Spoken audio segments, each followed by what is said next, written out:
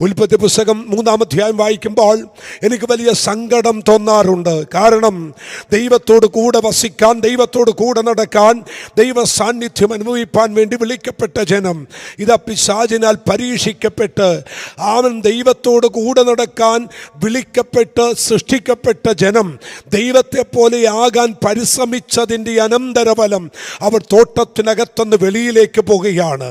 പിശാച് അവിടെ വിജയശീലാളിതനായി നിൽക്കുക 3-ാം അധ്യായത്തിൻ്റെ മധ്യഭാഗം വരുമ്പോൾ. എന്നാൽ നമുക്കെല്ലാം സന്തോഷം തരുന്ന ആ ഒരു വാക്യം അധ്യായം തീരുന്നതിന് മുൻപുണ്ട്. അത് 3-ാം അധ്യായം 15-ാമത്തെ വാക്യമാണ്. ആ വാക്യം ഇങ്ങനെയാണ് പറയുന്നത്: ഞാൻ നിനക്കും സ്ത്രീക്കും നിന്റെ സന്തതിക്കും അവളുടെ സന്തതിക്കും തമ്മിൽ ശത്രുത്വം ഉണ്ടാക്കും. അവൻ നിന്റെ തല തകർക്കും, നീ അവൻ്റെ കുതികാൽ തകർക്കും. ആമേൻ. അങ്ങനെയാണെങ്കിൽ ഇതാ 15-ാം വാക്യത്തിൽ വേദപുസ്തകത്തിൽ ആദ്യത്തെ പ്രവചന ശബ്ദം ഉയരുകയാണ്. പരാജയപ്പെട്ട മനുഷ്യൻ തല താഴ്ത്തി നിൽക്കുമ്പോൾ, വിജയശീലാളിതനായി ശത്രു തല ഉയർത്തി നിൽക്കുമ്പോൾ, തല ഉയർത്തി നിൽക്കുന്ന ശത്രുവിൻ്റെ തല കടിക്കുന്ന രീതിയിൽ ആരംഭ പ്രവചന ശബ്ദം ഉയർന്നു വരുന്നു. ആ പ്രവചന ശബ്ദം ഇതാണ്: ഒരു സ്ത്രീയുടെ സന്തതി ഇതാ ജനിച്ച് പുറത്തു വരും, അവൻ നിന്റെ തല തകർത്തിരിക്കും. ഇന്ന് രാവിലെ സമയം ഈ തിരുവചന ശുശ്രൂഷയിൽ പങ്കെടുക്കുന്ന ദൈവജനത്തോട് ആത്മാവിൽ ഞാൻ ദൂത് കൈമാറുന്നു. എവിടെയെല്ലാം ശത്രു നിനക്കെതിരെ വിജയശീലാളിതനായി എഴുന്നേറ്റ് നിൽക്കുന്നു എന്ന് തോന്നുന്നുവോ, അതിൻ്റെ നടുവിൽ തന്നെ വിശ്വാസത്തിൻ്റെ പ്രത്യാശയുടെ വാഗ്ദത്തത്തിൻ്റെ വാക്ക് തന്ന് നിന്നെ എഴുന്നേൽപ്പിച്ച് ശക്തീകരിക്കാൻ ഒരു ദൈവമുണ്ടെന്ന് ദൈവസഭയും ദൈവമക്കൾ തിരിച്ചറിയുക. മറന്നു പോവരുത്. ഒരൊറ്റ വാഗ്ദത്തം മതി കാലാകാലങ്ങൾ ജീവിക്കാൻ. ഒരൊറ്റ വാഗ്ദത്തം മതി. നിങ്ങൾക്ക് കേൾക്കണമോ?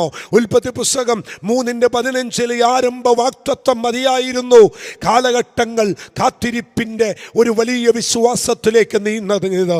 നോക്ക്, ഇരുണ്ട കാലഘട്ടമായ 400 വർഷത്തിൻ്റെ ചരിത്രം കഴിഞ്ഞു. ആമൻ. ജനം കാത്തിരുന്നത് ആർക്ക് വേണ്ടിയാണ്? ഒരൊറ്റ മനുഷ്യന് വേണ്ടിയാണ്. എന്തിനു വേണ്ടിയാണ് കാത്തിരുന്നത്? വാഗ്ദത്തത്തിന് വേണ്ടിയാണ് കാത്തിരുന്നത്. എന്നാൽ 3-ാം അധ്യായത്തിൻ്റെ ആരംഭത്തിൽ വിജയശീലാളിതനായി പിശാച് തല ഉയർത്തി നിന്നെങ്കിലോ, തല ഉയർത്തി പിശാച് ചില കാര്യങ്ങൾ അട്ടഹസിച്ചെങ്കിലോ, 3-ാം അധ്യായത്തിൻ്റെ ഒടുവിൽ പ്രവചന ശബ്ദം മുഴങ്ങിക്കൊണ്ട് പറയുന്നു: ഒരു സ്ത്രീയുടെ സന്തതി നിനക്ക് വേണ്ടി എഴുന്നേൽക്കുന്നുണ്ട്. ദൈവാത്മാവിൽ ഞാൻ നിങ്ങളോട് വിളിച്ചു പറയട്ടെ, എവിടെയാണോ ശത്രു നിനക്കെതിരെ അട്ടഹസിച്ചുകൊണ്ട്, നിന്റെ കുടുംബത്തിനെതിരെ, നിന്റെ തലമുറക്കെതിരെ അട്ടഹസിച്ചുകൊണ്ട് ഉയർന്നു വരുന്നത്, അവിടെ നിനക്ക് വേണ്ടി വാഗ്ദത്തത്തിൻ്റെ ശക്തിയുടെ വ്യാപാരം ഉയരുമെന്ന് വിശ്വസിക്കുന്നവർക്ക് ഞാൻ എൻ്റെ ദൈവത്തിന് സ്തോത്രം ചെയ്യുന്നു. ധൈര്യപ്പെടുക, ധൈര്യമായിരിക്കുക. അവൻ ദൈവത്തെ സേവിക്കുന്ന ദൈവത്തിൻ്റെ കുഞ്ഞുങ്ങൾ ഒരിക്കലും പരാജയപ്പെടുകയില്ല. ഒരൊറ്റ വാഗ്ദത്തം മതി, ഒരൊറ്റ ദൈവവചനം മതി നിന്നെയും നിന്റെ കുടുംബത്തെയും പിടിച്ച് ഉയർത്തിക്കാട്ടുവാൻ. അല്ലേ? അവൻ ഉൽപ്പത്തി മുതൽ മലാക്കി വരെയുള്ള തിരുവചനങ്ങൾ നിങ്ങൾ വായിച്ചു നോക്ക്, പഠിച്ചു നോക്ക്.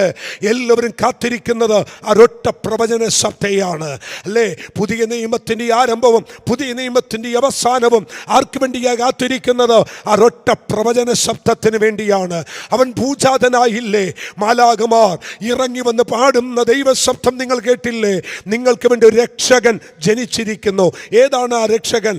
മാമൻ ഉൽപ്പത്തി 3:15 പറയുന്ന ആ രക്ഷകൻ സ്ത്രീയുടെ സന്തതി. അവന് വേണ്ടിയാണ് ദൈവം ചില കാര്യങ്ങൾ ചെയ്യുന്നത്. ഞാൻ മടങ്ങി വരാം. ഉൽപ്പത്തി പുസ്തകം 3-ാം അധ്യായം ശത്രുവിൻ്റെ വിജയവും ദൈവജനത്തിൻ്റെ പരാജയവും. എന്നാൽ അതിനെയൊക്കെ ആകത്തുക വിടിച്ചു കയറ്റുവാൻ പ്രത്യാശ തരുന്ന വിശ്വാസത്തിൻ്റെ വാഗ്ദത്തത്തിൻ്റെ വാക്കുകൾ കൊണ്ട് അവിടെ ആ അധ്യായം അവസാനിപ്പിക്കുന്നു. പിന്നീട് നമ്മൾ വരുമ്പോൾ നമുക്ക് കാണാൻ കഴിയുന്നു ഒരു കുടുംബത്തിൻ്റെ തലമുറകളുടെ തകർച്ച 4-ാം അധ്യായത്തിൽ നമുക്ക് കാണാൻ കഴിയുന്നു. പിന്നെയും തിരിച്ചു വരുന്നു.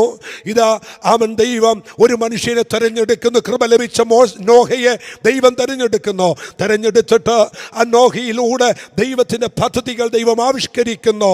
അവൻ നോക്കുക, ഭൂമി മുഴുവൻ പാപത്തിൽ നിറയപ്പെട്ട് കഴിയുമ്പോൾ, എല്ലാവരും പാപം ചെയ്ത് ദൈവം പോലും മനുഷ്യനെ ഉണ്ടാക്കിയത് നിമിത്തം ഞാൻ അനുതപിക്കുന്നു എന്ന് പറഞ്ഞ ആ നിമിഷത്തിൽ ദൈവം ഒരുവനെ കണ്ടു, കൃപ ലഭിച്ചതായ ഒരു നോഹയെ. ദൈവമക്കളെ, ലക്ഷങ്ങൾ, കോടികൾ, പതിനായിരങ്ങൾ പാപത്തിലേക്ക് പിശാചിനാൽ വലിച്ചിടപ്പെടുമ്പോൾ ദൈവത്തിന് വേണ്ടി നിൽക്കാൻ ഒരുവൻ ഉണ്ടായിരിക്കും. അവൻ്റെ പേരത്ര നോഹ. അവൻ നിൽക്കുന്നവനെ കൊണ്ട് പണിയിപ്പിക്കുന്ന ഒരു ദൈവമുണ്ടെന്ന് ദൈവജനം തിരിച്ചറിയുക. എല്ലാ കാലത്തും ദൈവത്തിന് വേണ്ടി നിൽക്കാൻ ഒരുവൻ റെഡിയാണെങ്കിൽ, ദൈവത്തിന് വേണ്ടി നിൽക്കാൻ ഒരുവൻ തയ്യാറാണെങ്കിൽ, ദൈവത്തിന് വേണ്ടി നിൽക്കുന്ന ആ ഒരുവനെ കൊണ്ട് കാലഘട്ടങ്ങൾ മറക്കുവാൻ കഴിയാത്ത, ചരിത്രത്തിൽ ഇടം പിടിക്കുന്ന ചിലത് ചെയ്യിപ്പിക്കാൻ ദൈവം വിശ്വസ്തനാണ്. ഇന്ന് പകൽ ആത്മാവിൽ ഞാൻ ദൂത പറയുന്നു, ദൈവത്തിന് വേണ്ടി നിൽക്കാൻ നീയും നിന്റെ കുടുംബവും തയ്യാറാണെങ്കിൽ, അല്ല നിന്റെ തലമുറ തയ്യാറാണെങ്കിൽ, അവൻ നിന്റെ തലമുറ കൊണ്ട് ഈ കാലഘട്ടത്തിൽ ചിലത് പണിയാൻ, ചിലത് പണിയിപ്പിക്കാൻ എൻ്റെ ദൈവം വിശ്വസ്തനാണ്. അവൻ മോശയ്ക്ക് മരുഭൂമിയിൽ പെട്ടകം പണിയാൻ ദൈവം പ്ലാൻ കൊടുക്കുമ്പോൾ ദൈവം ചില പേരുകൾ പറയുന്നു.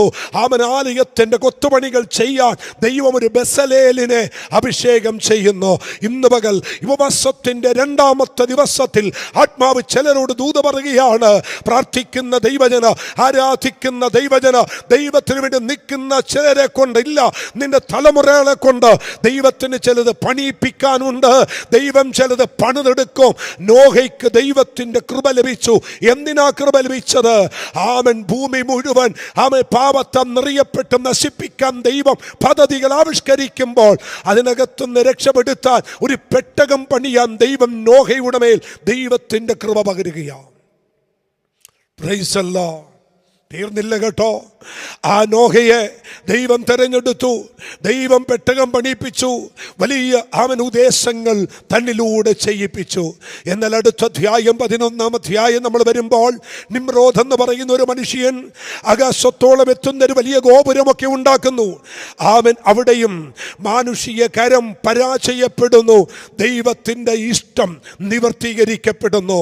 മാനുഷിക കരങ്ങളും പൈശാചിക മണ്ഡലങ്ങളും തകർന്നടിഞ്ഞാലും ദൈവത്തിൻ്റെ ഹിതവും ദൈവത്തിൻ്റെ പ്രവൃത്തിയും ഒരു നാളും അറ്റുപോവില്ല. അതൊരിക്കലും അസ്തമിച്ചു പോവത്തില്ല. ദൈവം ഇച്ഛിച്ചത്, ദൈവം ആഗ്രഹിച്ചത് എല്ലാ കാലവും ദൈവം ചെയ്തുകൊണ്ടിരിക്കും. ഇന്ന് പകലിലും എൻ്റെ തമ്പുരാൻ അത് ചെയ്തുകൊണ്ടിരിക്കും. ഞാൻ മടങ്ങി വരട്ടെ. അവൻ ദൈവമക്കളെ, 12-ാം അധ്യായം ആരംഭിക്കുന്നത് ഇങ്ങനെയാണ്. അവൻ ഉൽപ്പത്തി 12-ാം അധ്യായത്തിൻ്റെ ആരംഭം നിങ്ങൾക്കെല്ലാം അറിയാം. അവൻ 12-ാം അധ്യായത്തിൻ്റെ ആരംഭത്തിൽ ദൈവം ഒരു മനുഷ്യനെ തിരഞ്ഞെടുക്കുന്നു. അതാരാണ്? യഹോവ അബ്രഹാം എന്ന് പറയുന്ന ഒരു മനുഷ്യനെ തിരഞ്ഞെടുക്കുന്ന ചരിത്രമാണ് അവൻ 12-ാം അധ്യായത്തിൽ. ഒന്നുകൂടി ഞാൻ പറയാം. ഉൽപ്പത്തി മുതൽ ഇങ്ങനെ പഠിച്ചു വരുമ്പോൾ ചില അധ്യായങ്ങൾ തകർച്ചയുടെയും വിജയത്തിൻ്റെയും ദൈവജനത്തിൻ്റെ അവൻ പാപത്തിൻ്റെയും ഒക്കെ പട്ടികയാണെങ്കിൽ, ഇതാ ദൈവത്തിന് അവൻ ഇഷ്ടമുള്ളൊരു കുടുംബത്തെ, ദൈവത്തിന് ആഗ്രഹമുള്ളൊരു കുടുംബത്തെ, ഒരു മനുഷ്യനെ ദൈവം തിരഞ്ഞെടുക്കുന്നു. അവൻ്റെ പേരത്രേ അബ്രഹാം. അവൻ ദേശത്തെയും പിതൃഭവനത്തെയും ചാർച്ചക്കാരെയും ഒക്കെ വിട്ട് ദൈവം കാണിക്കാനിരിക്കുന്ന അല്ലെങ്കിൽ കാണിപ്പാനിരിക്കുന്ന ദേശത്തേക്ക് ഇറങ്ങി പുറപ്പെടേണ്ടതിന് ഒരു മനുഷ്യനെ ദൈവം തെരഞ്ഞെടുക്കുന്നു. നിങ്ങൾക്കറിയാം, അബ്രഹാം എന്ന് പറയുന്ന ആ മനുഷ്യൻ ഊരെന്ന് പറയുന്ന അന്ധകാരം നിബിഡമായ ഡാർക്ക്നെസ്, ഊർ എന്ന വാക്കിൻ്റെ അർത്ഥം ഡാർക്ക്നെസ്, ഇരുട്ടിൻ്റെ ദേശത്ത് നിന്ന്, വിഗ്രഹാരാധനയിൽ നിന്നും തന്നെ ദൈവം വിടുവിച്ച് പുറത്തു കൊണ്ടുവരുന്നു. ഏകനായി തന്നെ ദൈവം ആ ദേശത്തുനിന്ന് വിടുവിക്കുന്നു. യുദ്ധം അറിഞ്ഞിട്ടില്ല, യുദ്ധം ചെയ്തിട്ടില്ല, യുദ്ധം അവൻ കണ്ടതുപോലും പരിചയം കാണത്തില്ല. അങ്ങനെ ഒരു മനുഷ്യനെ ദൈവം ആ ദേശത്തുനിന്ന് വിടുവിച്ച് പുറത്തു കൊണ്ടുവന്ന് ദൈവത്തിൻ്റെ വാഗ്ദത്തത്തിന് വേണ്ടി ഇറങ്ങിത്തിരിക്കുന്ന ഒരു ദൈവഭക്തനായ മനുഷ്യൻ. എന്നാൽ തൻ്റെ ചരിത്രമാണ് പിന്നെ തുടർന്നുള്ള ചില അധ്യായങ്ങൾ. 13-ാം അധ്യായത്തിലേക്ക് വരുമ്പോൾ അബ്രഹാം ദൈവത്താൽ അനുഗ്രഹിക്കപ്പെടുന്നു. നമുക്കറിയാം, ദൈവത്തെ സേവിച്ചവരാരും തകർന്നു പോയിട്ടില്ല, തരിപ്പണമായി പോയിട്ടില്ല. ദൈവത്തെ സേവിച്ചവരെല്ലാം അനുഗ്രഹിക്കപ്പെടുവാനിടയായി. ദൈവത്തെ സേവിച്ചവർ അവൻ തകർന്ന ചരിത്രമില്ല കേട്ടോ. ദൈവത്തിൻ്റെ വചനത്തിൽ ദാവീദ് ഒരിക്കൽ ഇങ്ങനെ പറഞ്ഞു, ഞാൻ ബാലനായിരുന്നു, ഞാനിപ്പോൾ വൃദ്ധനായി തീർന്നു, എന്നാൽ ഞാൻ ഒന്ന് കണ്ടിട്ടില്ല. ഞാൻ എന്താ കണ്ടിട്ടില്ലാത്തത്? യഹോവ അന്വേഷിക്കുന്നവർ ഒരു നന്മയ്ക്കും മുടക്കം വരുന്നത് കണ്ടിട്ടില്ല. ആമേൻ, സ്തോത്രം. നീതിമാന്റെ സന്തതി അപ്പം ഇരക്കുന്നത് ഞാൻ കണ്ടിട്ടില്ല. ആമേൻ, അവർക്ക് തുണ എണ്ണയില്ലാതിരിക്കുന്നത് ഞാൻ കണ്ടിട്ടില്ല. അതുകൊണ്ടാണ് താൻ തന്നെ പറഞ്ഞു, ബാലസിംഹങ്ങൾ ഇരകിട്ടാതെ വിശന്നിരിക്കും, എന്നാൽ യഹോവയെ അന്വേഷിക്കുന്നവർക്കോ ഒരു നന്മയ്ക്കും മുടക്കം വരത്തില്ല. ആത്മാവിൽ ഞാൻ നിങ്ങളോട് ഈ രണ്ടാമത്തെ ദിവസം ദൂത് പറയുന്നു, ഇറങ്ങിത്തിരിച്ച ദൈവമക്കളെ കരുതുന്നൊരു ദൈവമുണ്ട്. വിളിയേറ്റി ഇറങ്ങിയവർക്ക് വേണ്ടി ഒരുക്കി വെക്കുന്നൊരു ദൈവമുണ്ട്.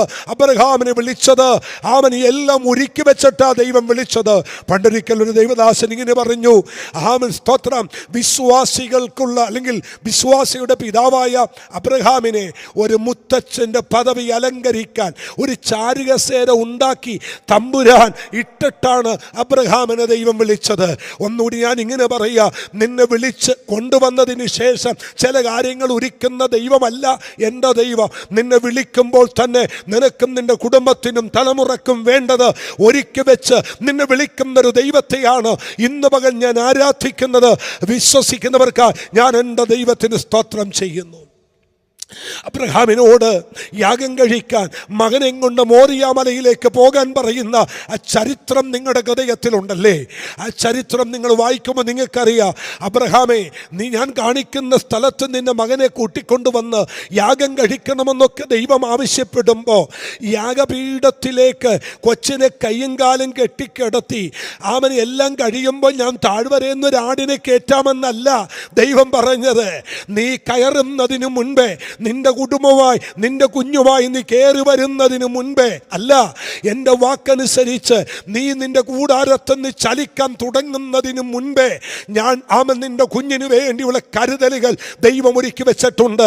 ആരോടൊക്കെയോ ദൈവത്തിൻ്റെ ആത്മാവ് ദൈവശബ്ദമായി ഇന്ന് പകൽ ഇങ്ങനെ പറയാൻ പറയുന്നു, അല്ല, ആ വിഷയം ആരംഭിക്കുന്നതിന് മുൻപ്, ആ പ്രശ്നം വരുന്നതിന് മുൻപ്, ആ വിഷയത്തിന് വേണ്ടി ഒരു ഡിസിഷൻ എടുക്കുന്നതിന് മുൻപേ ദൈവം നിനക്ക് വേണ്ടി ചിലത് കുടുംബത്തിന് വേണ്ടി, കുഞ്ഞുങ്ങൾക്ക് വേണ്ടി കരുതി വെച്ചിട്ടാണ് ദൈവം നിന്നെ വിളിക്കുന്നത്.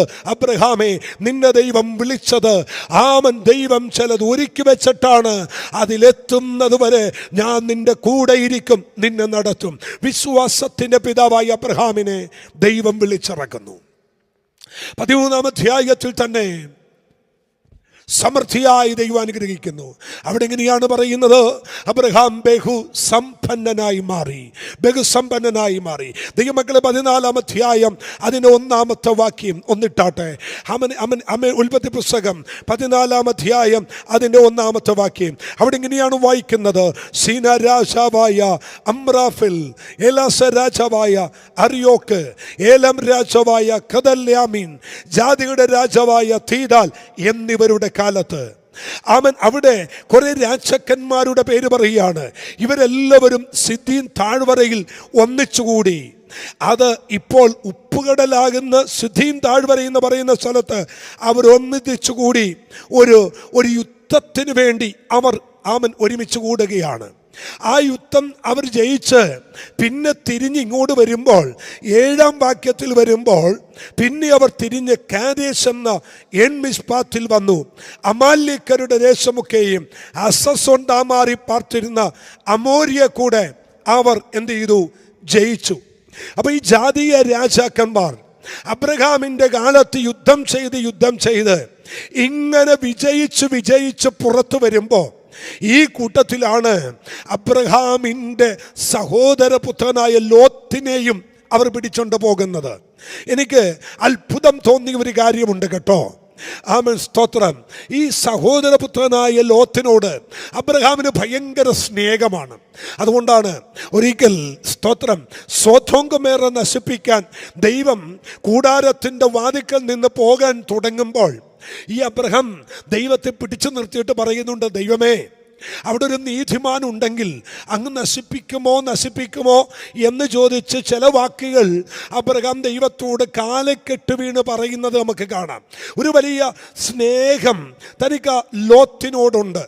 അതിനു മുൻപാണ് തന്നെ മറ്റു സൈന്യം വന്ന് ഈ രാജാക്കന്മാർ വന്ന് തന്നെ പിടിച്ചോണ്ട് പോകുന്നത്. എന്നാൽ അബ്രഹാം ചെയ്തൊരു കാര്യമുണ്ട്.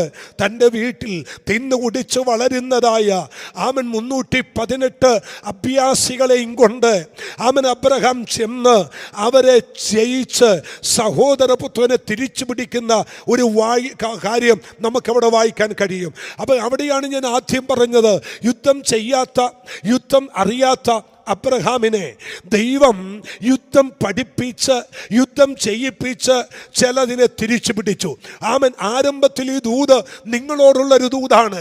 ഒരു പക്ഷേ നിങ്ങൾ ഇതിനു മുമ്പ് യുദ്ധം ചെയ്തിട്ടില്ലായിരിക്കാം, ഒരു സ്പിരിച്വൽ വാർഫെയറിലേക്ക് നിങ്ങൾ കയറിയിട്ടില്ലായിരിക്കാം. എന്നാൽ അങ്ങനെ ഒരു സാഹചര്യം നിങ്ങളുടെ ജീവിതത്തിൽ വന്നാൽ കേവലം വെറും യാഗപീഠമടിച്ച് യാഗം കഴിക്കാൻ മാത്രമേ അബ്രഹാമിന് അറിയത്തുള്ളായിരുന്നു. യാഗം കഴിക്കാൻ മാത്രം പരിശീലിച്ച അബ്രഹാമിനെ യാഗം കഴിക്കുന്നതിൻ്റെ നടുവിൽ യുദ്ധതന്ത്രങ്ങളും ദൈവം പഠിപ്പിച്ചു എന്നുള്ളത് ഒരു കാര്യം മറക്കാൻ കഴിയാത്തതാണ്.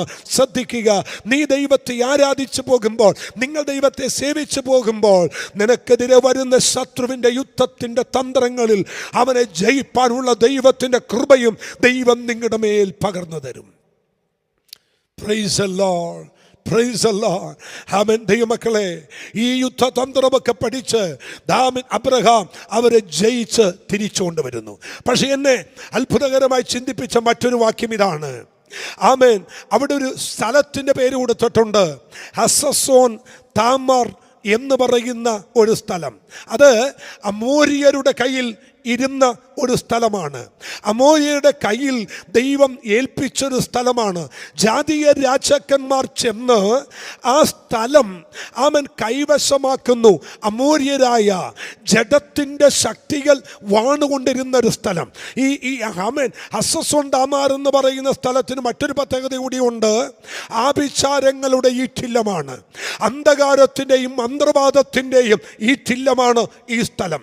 ജാതീയ ജഡത്തിൻ്റെ ശക്തികൾ അധിനിവേശം നടത്തുന്ന ഒരു പട്ടണം കൂടിയാണ് ഹസസോൻ താമാർ എന്ന് പറയുന്ന സ്ഥലം. അത് ജാതികളുടെ കയ്യിൽ അവകാശം പറഞ്ഞൊരു സ്ഥലമാണ്. ഈ സ്ഥലത്തിന് വേദപുസ്തകത്തിൽ മറ്റൊരു പേരുകൂടി നമുക്ക് പലയിടത്തും വായിക്കാൻ കഴിയും. ഞാൻ ആ ഭാഗമൊക്കെ പിന്നീട് വായിക്കാം. എന്നാൽ ഹസസോൻ താമാർ എന്ന് പറയുന്ന സ്ഥലം എന്തുകൊണ്ടാണ് ജാതികൾ ഇങ്ങനെ കൈവശമാക്കി വെച്ചത്? എന്തുകൊണ്ടാണ് ജാതീയ ശക്തികൾ അവിടെ ഇങ്ങനെ അടക്കം പിടിച്ചു വെച്ചത്? അതിന് പിന്നിൽ കൂടി ഒരു ചരിത്രമുണ്ട്. എന്ന നാളുകൾ കഴിഞ്ഞപ്പോൾ അമോര്യരുടെ സ്ഥലമായ ഈ ഹസസോൻ താമാർ എന്ന് പറയുന്ന ഈ സ്ഥലം ആരുടെ കയ്യിൽ വന്നു എന്ന് നിങ്ങൾ തിരിച്ചറിയണം. ജോഷുവയുടെ പുസ്തകം 15-ാം അധ്യായം അതിൻ്റെ 20-ാമത്തെ വാക്യം നിങ്ങൾ ഒന്ന് ശ്രദ്ധിച്ചാട്ടെ. ആമേൻ. അവിടെ ജോഷുവയുടെ പുസ്തകം 15-ാം അധ്യായം അതിന് 20-ാമത്തെ വാക്യം അവിടെ ഇങ്ങനെയാണ് പറയുന്നത്, യഹൂദ ഗോത്രത്തിന് കുടുംബമായി കിട്ടിയ അവകാശമത്രേ. ദൈവമക്കളെ, ഈ വാക്യം നിങ്ങൾക്ക് നന്നായി അറിയാം. ഇസ്രായേൽ മക്കൾ മിസ്രയീമിൽ നിന്ന് വാഗ്ദത്ത കനാനിലേക്ക് ഇറങ്ങിത്തിരിക്കുകയാണ് കേട്ടോ. അവരുടെ അബ്രഹാം എന്ന് പറയുന്ന വിശ്വാസിയുടെ പിതാവായ ആ അബ്രഹാമിനോട് ദൈവം പറഞ്ഞു, നിന്റെ സന്തതി സ്വന്തമല്ലാത്ത ദേശത്ത് 400 വർഷം അടിമയായി വസിക്കും. എന്നാൽ കാലം കഴിയുമ്പോൾ വാഗ്ദത്തം നിവർത്തിയാകുമ്പോൾ ഞാൻ അവരെ വാഗ്ദത്ത കനാനിലേക്ക് അവർ മടക്കി കൊണ്ടുവരും. ഇതാ മോശ എന്ന് പറയുന്ന ആ വലിയ നേതാവിലൂടെ 30 ലക്ഷത്തിൽ പരം ജനത്തെ ഫറവോന്റെ ഭുജത്തെ ഒടിച്ച് ചെങ്കടലിനെ വറ്റിച്ച് മരുഭൂമി വഴി ദൈവം കനാനിലെത്തിച്ചു. എന്നാൽ നമുക്കറിയാം, മോശ നെബോ പർവ്വതത്തിൽ കയറി നിന്നുകൊണ്ട് ദൈവത്തിൻ്റെ കൈവിരലുകൾ കൊണ്ട് തൻ്റെ കണ്ണുകൾ തിരുമിയടച്ച് താൻ തന്നെ അടക്കം ചെയ്തു എന്ന് ദൈവത്തിൻ്റെ വചനം മോശയെ കുറിച്ച് പറയുന്നു. ആ മോശ ദൈവത്തിൻ്റെ കരങ്ങളാൽ സുരക്ഷിതമായി അടക്കപ്പെട്ടു മാറിപ്പോയെങ്കിലും ഇസ്രായേൽ ജനത്തെ യോർദാൻ കടത്തി യെരിഹോ പട്ടണം പിടിച്ച് ജോഷുവയുടെ നേതൃത്വത്തിൽ അവർ കനാനിൽ കാലുകുത്തുന്നു. 20 വയസ്സിൽ അവൻ അടുത്ത പ്രായമുള്ള ഒരു യുവതലമുറ ഇതാ അവിടെ ചെന്ന് കനാനിൽ കാലുകുത്തുന്ന ചരിത്രം നമുക്ക് യോശുവ 6-ാം അധ്യായത്തിൽ കാണാൻ കഴിയും. അവർക്ക് മുമ്പിൽ ഉയർന്നിരുന്ന വൻമതിലായ എരിഹോ മതിൽ പോലും ദൈവം ഇടിച്ചു തകർത്ത് അതുമേൽ വലിയ വിജയം ദൈവം ഇസ്രായേൽ ജനത്തിന് നൽകി കൊടുത്തു. എന്നാൽ വാഗ്ദത്തം ചെയ്ത ആ സ്ഥലത്ത് അവരെത്തിയപ്പോൾ 2.5 ഗോത്രം നദിക്കിക്കരെയും 9.5 ഗോത്രം നദിക്കക്കരെയും പോയി. യോർദാൻ നദിക്കിക്കരെ 2.5 ഗോത്രം ഉണ്ടായിരുന്നു, അവരക്കരയ്ക്ക് പോയില്ല. എന്തുകൊണ്ട്? ഗാഥേന്യരുടെ ദേശം പച്ചപ്പുല്ല് കണ്ടപ്പോ, ആമൻ അവിടെ സമൃദ്ധി കണ്ടപ്പോ അവർ പറഞ്ഞു, ഞങ്ങൾ ഇവിടെ പാർത്തുകൊള്ളാം, ഞങ്ങൾ അക്കരയ്ക്ക് വരത്തില്ല. വാഗ്ദത്ത കനാൻ ലക്ഷ്യമാക്കി പോയ 12 ഗോത്രങ്ങൾ മുന്നോട്ട് പോകുമ്പോൾ 2.5 ഗോത്രം പച്ചപ്പുല്ല് കണ്ട്, അല്ലെങ്കിൽ അവരുടെ സമൃദ്ധി കണ്ട് അക്കരയ്ക്ക് പോകാതെ ഇവിടെ താവളമടിച്ചു.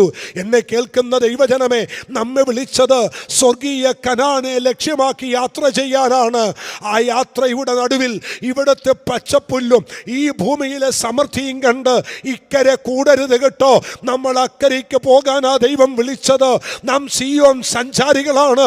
നമ്മുടെ യാത്രയിൽ വിഘ്നം വരുത്തുന്ന, നമ്മുടെ യാത്രയിൽ നമ്മൾ അക്കരയ്ക്ക് വിടാതെ അതിനെ തടസ്സപ്പെടുത്തുന്ന പച്ചപ്പിൻ്റെ അനുഭവങ്ങൾ കണ്ട്, അതെ, ഈ ഭൂമിയിലെ ഭൗമികമായ ചില പച്ചപ്പ് കണ്ട് നിങ്ങൾ ഒരിക്കലും നിന്നു പോവരുത്. നമ്മെ വിളിച്ചത് ഇക്കരയിടാനല്ല, നമ്മെ വിളിച്ചത് അക്കരെ കൊണ്ടുപോകാനാ. ഞാൻ എൻ്റെ ദൈവത്തിന് സ്തോത്രം ചെയ്യുന്നു. 2.5 ഗോത്രത്തിന് തെറ്റുപറ്റി, അവർ ഗാഥേന്യരുടെ ദേശത്ത് കിട്ടുപോയി. പക്ഷെ ദൈവം മറന്നില്ല കേട്ടോ. പുതിയ നിയമം പഠിച്ചു വരുമ്പോൾ നിങ്ങൾക്കറിയാവുന്നത് കൊണ്ട് ഒന്ന് തൊട്ടുവിട്ടേക്കാം. യേശു കർത്താവ് ആത്മാവിൽ നിറഞ്ഞു, സ്നാനപ്പെട്ടു, അവൻ വെള്ളത്തിൽ നിന്ന് കയറി 40 ദിവസത്തെ ഉപവാസ പ്രാർത്ഥനയ്ക്ക് ശേഷം ആത്മാവിൽ നിറവ് പ്രാപിച്ച യേശു നേരെ പോകുന്നത് ഗദരദേശത്തേക്കാണ്. എന്താണ് ഗദരദേശത്തേക്ക് പോകുന്നത്? ഇക്കരെ ഇരുന്ന് പടക് ഇറക്കി ശിഷ്യന്മാരുമായി യേശു ഇതാ ഇക്കരയിൽ നിന്ന് അക്കരയ്ക്ക് പോകുന്നു. എന്തിനാ കർത്താവേ ഇങ്ങനെ ഒരു യാത്ര അങ്ങ് ഇപ്പോൾ രൂപപ്പെടുത്തി എടുത്തത്? യേശുവിന് ഒരു ദൂത് കിടപ്പുണ്ട് കേട്ടോ. കഴിഞ്ഞ വർഷങ്ങൾക്ക് മുമ്പ്, നൂറ്റാണ്ടുകൾക്ക് മുമ്പ് അക്കരയ്ക്ക് പോകാൻ വിളിച്ചിറക്കിയ എൻ്റെ ജനം അക്കരയ്ക്ക് പോകുന്ന പോക്കിൽ ഇതാ 2.5 ഗോത്രം ഇക്കരെ കിടപ്പുണ്ട്. ആ ഇക്കരെ കിടക്കുന്ന 2.5 ഗോത്രത്തിൽ ഒരുത്തൻ ഇതാ ഭൂതം പിടിച്ച് 6000 ഭൂതം പിടിച്ച് ശ്മശാനത്തിൽ കിടപ്പുണ്ട്. ഗദരദേശത്തെ ശ്മശാനത്ത് കിടപ്പുണ്ട്. അവനെ കൂടി വിടുവിച്ചുകൊണ്ട് വേണം നമുക്ക് വീണ്ടും തിരിച്ചിക്കരേക്ക് വരാൻ. വിളിക്കപ്പെട്ടതിനെയും പോകാൻ തെരഞ്ഞെടുക്കപ്പെട്ടതിനെയും പിശാച് കെട്ടിയിട്ടിട്ടുണ്ടെങ്കിൽ അതിനെ കെട്ടഴിച്ച് അക്കരയ്ക്ക് കൊണ്ടുപോകാൻ ദൈവത്തിൻ്റെ കൃപയുടെ വ്യാപാരം 2ാമത്തെ ദിവസം ചലിക്കുന്നു എന്ന് ആത്മാവ് ഇന്ന് പകൽ ഇടപെടുകയാണ്.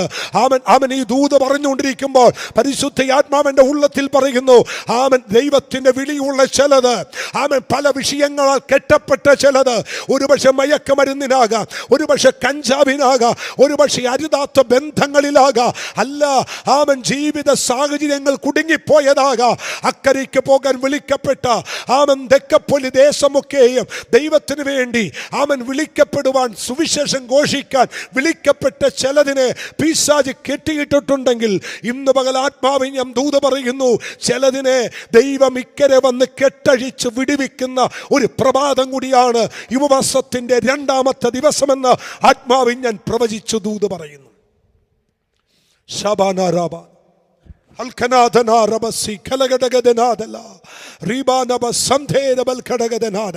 അതിന്ന് പകൽ സംഭവിക്കാൻ പോകുന്നു. ഞാൻ വീണ്ടും വീണ്ടും പറയുന്നു, എവിടെയോ നിങ്ങൾ പ്രത്യാശ വെച്ച, നിങ്ങൾ വളരെ പ്രതീക്ഷ വെച്ച ചിലതിനെ പിശാച് കെട്ടിയിട്ടിട്ടുണ്ട്. പിശാച് ചിലതിനെ ബന്ധിച്ചു വെച്ചിട്ടുണ്ട്. അതിനെ പുറത്തു കൊണ്ടുവരുന്ന ഒരു ദിവസമായിരിക്കും ഇന്ന് എന്ന് ആത്മാവിൽ ഞാൻ ദൂത് പറയുന്നു. വിശ്വസിക്കുന്നവർക്കായി ഞാൻ എൻ്റെ ദൈവത്തിന് സ്തോത്രം ചെയ്യുന്നു. അക്കരയ്ക്ക് പോകാൻ 2.5 ഗോത്രം തയ്യാറായിട്ടില്ല. എന്നാൽ യോശുവയുടെ നേതൃത്വത്തിൽ അവരാ ദേശം പിടിച്ചടക്കി. യോശുവ മോശ പറഞ്ഞ വാഗ്ദത്ത പ്രകാരം ജനത്തിന് കനാൻ വിഭാഗിച്ചു കൊടുക്കാൻ തീരുമാനിക്കുന്നു. കനാൻ വിഭാഗിച്ചു കൊടുത്തത് 2 രീതിയിലാണ്. ഒന്ന്, ചീട്ടിട്ട് ആമൻ ഗോത്രങ്ങളുടെ ചീട്ടിട്ട് ദൈവം ആ ചീട്ടിട്ടതിനനുസരിച്ച്, ചീട്ടിനകത്ത് വന്നതിനനുസരിച്ച് ജനത്തിന് ദൈവം ദേശത്തെ വിഭാഗിച്ചു കൊടുത്തു. ദേശത്തെ വിഭാഗിച്ചു കൊടുത്തു. എന്നാൽ രണ്ടാമത് ദൈവം അവൻ കൊടുത്തത് എങ്ങനെയാന്ന് ചോദിച്ചാൽ, അളവ് നൂല് പിടിച്ച്, ചരട് പിടിച്ച് അളന്ന് ദൈവം അവൻ ജോഷുവ കൊടുത്തു. രണ്ട് രീതിയിലാണ് ദൈവം അവൻ അല്ലെങ്കിൽ ജോഷുവയുടെ നേതൃത്വത്തിൽ ജനത്തിന് ഈ സ്ഥലം കൊടുത്തത്. ഒന്ന്, ചീട്ടിട്ടാണ് കൊടുത്തത്. രണ്ട്, അളവ് നൂൽ പിടിച്ച് ചരട് പിടിച്ചളന്ന് കൊടുത്തു. എന്നാൽ ലേവിക്ക് മാത്രം ദൈവം വാഗ്ദത്തം കൊടുത്തില്ല. നിങ്ങൾക്കറിയാം, ലേവിക്ക് അവകാശം ദൈവം കൊടുത്തില്ല. എന്തുകൊണ്ട് ലേവിക്ക് കൊടുത്തില്ല എന്ന് ചോദിച്ചാൽ, ലേവിയുടെ അവകാശം ദൈവം തന്നെയായിരുന്നു. എന്നും ഓർക്കണം കേട്ടോ. അവൻ ദൈവത്തെ സേവിക്കുന്ന, ദൈവത്തെ ആരാധിക്കുന്ന, ദൈവത്തിന് വേണ്ടി ജീവിക്കുന്ന, ദൈവത്തിന് വേണ്ടി സദാസമയം ഇറങ്ങിത്തിരിച്ച ഒരു ദൈവ പൈതലിൻ്റെ അവകാശം ദൈവം തന്നെയാണ്. ദൈവമാണ് നിനക്ക് അവകാശം. ദൈവത്തെ കിട്ടിയാൽ പിന്നെ നിനക്ക് എന്താ വേണ്ടത്? ഞാനിങ്ങനെ പറയാറുണ്ട്, റോമാലേഖനത്തിൽ അപ്പോസ്തലനായ പൗലോസ് പറയുന്നു, സ്വന്തം പുത്രനെ ആദരിക്കാതെ നമുക്കെല്ലാവർക്കും വേണ്ടി ഏൽപ്പിച്ചു തന്നവൻ അവനോട് കൂടെ സകലതും നൽകാതിരിക്കുമോ? അതെ, ദൈവത്തെ നമുക്ക് കിട്ടിയാൽ പിന്നെ എന്താ വേണ്ടത്? 24-ാം സങ്കീർത്തനം പറയുന്നു, ഭൂമിയും അതിൻ്റെ പൂർണ്ണതയും ഭൂതലവും അതിലെ നിവാസികളും യഹോവയ്ക്കുള്ളതാകുന്നു. ഈ ഭൂമി മുഴുവൻ അവൻ്റെതല്ലേ? ഈ ഭൂതലം മുഴുവൻ അവൻ്റെതല്ലേ? അതുകൊണ്ടാണ് സങ്കീർത്തനത്തിൽ പറയുന്നത്, എന്നോട് ചോദിച്ചു കൊള്ളുക, ഞാൻ നിനക്ക് ഭൂമിയുടെ അറ്റങ്ങളെ കൈവശമായി തരും. ഒരു ചെറിയ ദൈവത്തെ അല്ല സേവിക്കുന്നത്, ഈ അഖിലാണ്ടത്തിൻ്റെ ദൈവത്തെയാണ്. ഒരു കുട്ടി ദൈവത്തെ അല്ല സേവിക്കുന്നത്, സകലതും ആമേൻ സൃഷ്ടിപ്പൻ കഴിച്ച അല്ലെങ്കിൽ സൃഷ്ടിയുടെ വൈഭവമായ ദൈവത്തെയാണ് നീ സേവിക്കുന്നത്. അതുകൊണ്ട് വിശ്വസിക്ക്, നിനക്ക് സകലതും തരാൻ എൻ്റെ ദൈവം വിശ്വസ്തനാണ്. ലേവിക്ക് ദൈവമായിരുന്നു അവകാശം. ഒന്നും ഓർക്കണം കേട്ടോ, നമ്മുടെ അവകാശം നമ്മുടെ ദൈവമാണ്. ആ ദൈവത്തെ കിട്ടിയാൽ എന്താണ് നിങ്ങൾക്ക് വേണ്ടത്? അവൻ എഫേസ്യർക്ക് ലേഖനം എഴുതുമ്പോൾ അപ്പോസ്തലനായ പൗലോസ് പറയുന്നു, സ്വർഗത്തിലെ അവൻ എഫേസ്യർ 1:3 സ്വർഗത്തിലെ സകല ആത്മീയ അനുഗ്രഹത്താലും അവൻ നിങ്ങളെ ക്രിസ്തുയേശുവിനാൽ അനുഗ്രഹിച്ചിരിക്കുന്നു. അപ്പോൾ സ്വർഗത്തിലെ സകല അനുഗ്രഹങ്ങളും ദൈവം നമ്മുടെ മേൽ പകർന്നിരിക്കുന്നു, നമ്മുടെ മേലിട്ടിരിക്കുന്നു. ആരും ഭാരപ്പെടരുത്, ആരും നിരാശപ്പെടരുത്. ദൈവം നിനക്ക് അവകാശമായിട്ടുണ്ട്. സകലതും നിന്റെ അടുക്കലുണ്ടെന്ന് നിങ്ങൾ വിശ്വസിച്ചുകൊണ്ട് ദൈവത്തിനും നന്ദി പറയണം. ഞാൻ മടങ്ങി വരാം. അങ്ങനെ അവൻ ജോഷുവ എല്ലാവർക്കും അവകാശം വീതിച്ചു കൊടുക്കുമ്പോൾ യഹൂദ ഗോത്രത്തിന് കുടുംബമായി ചില സ്ഥലം അവകാശമായി കൊടുത്തു.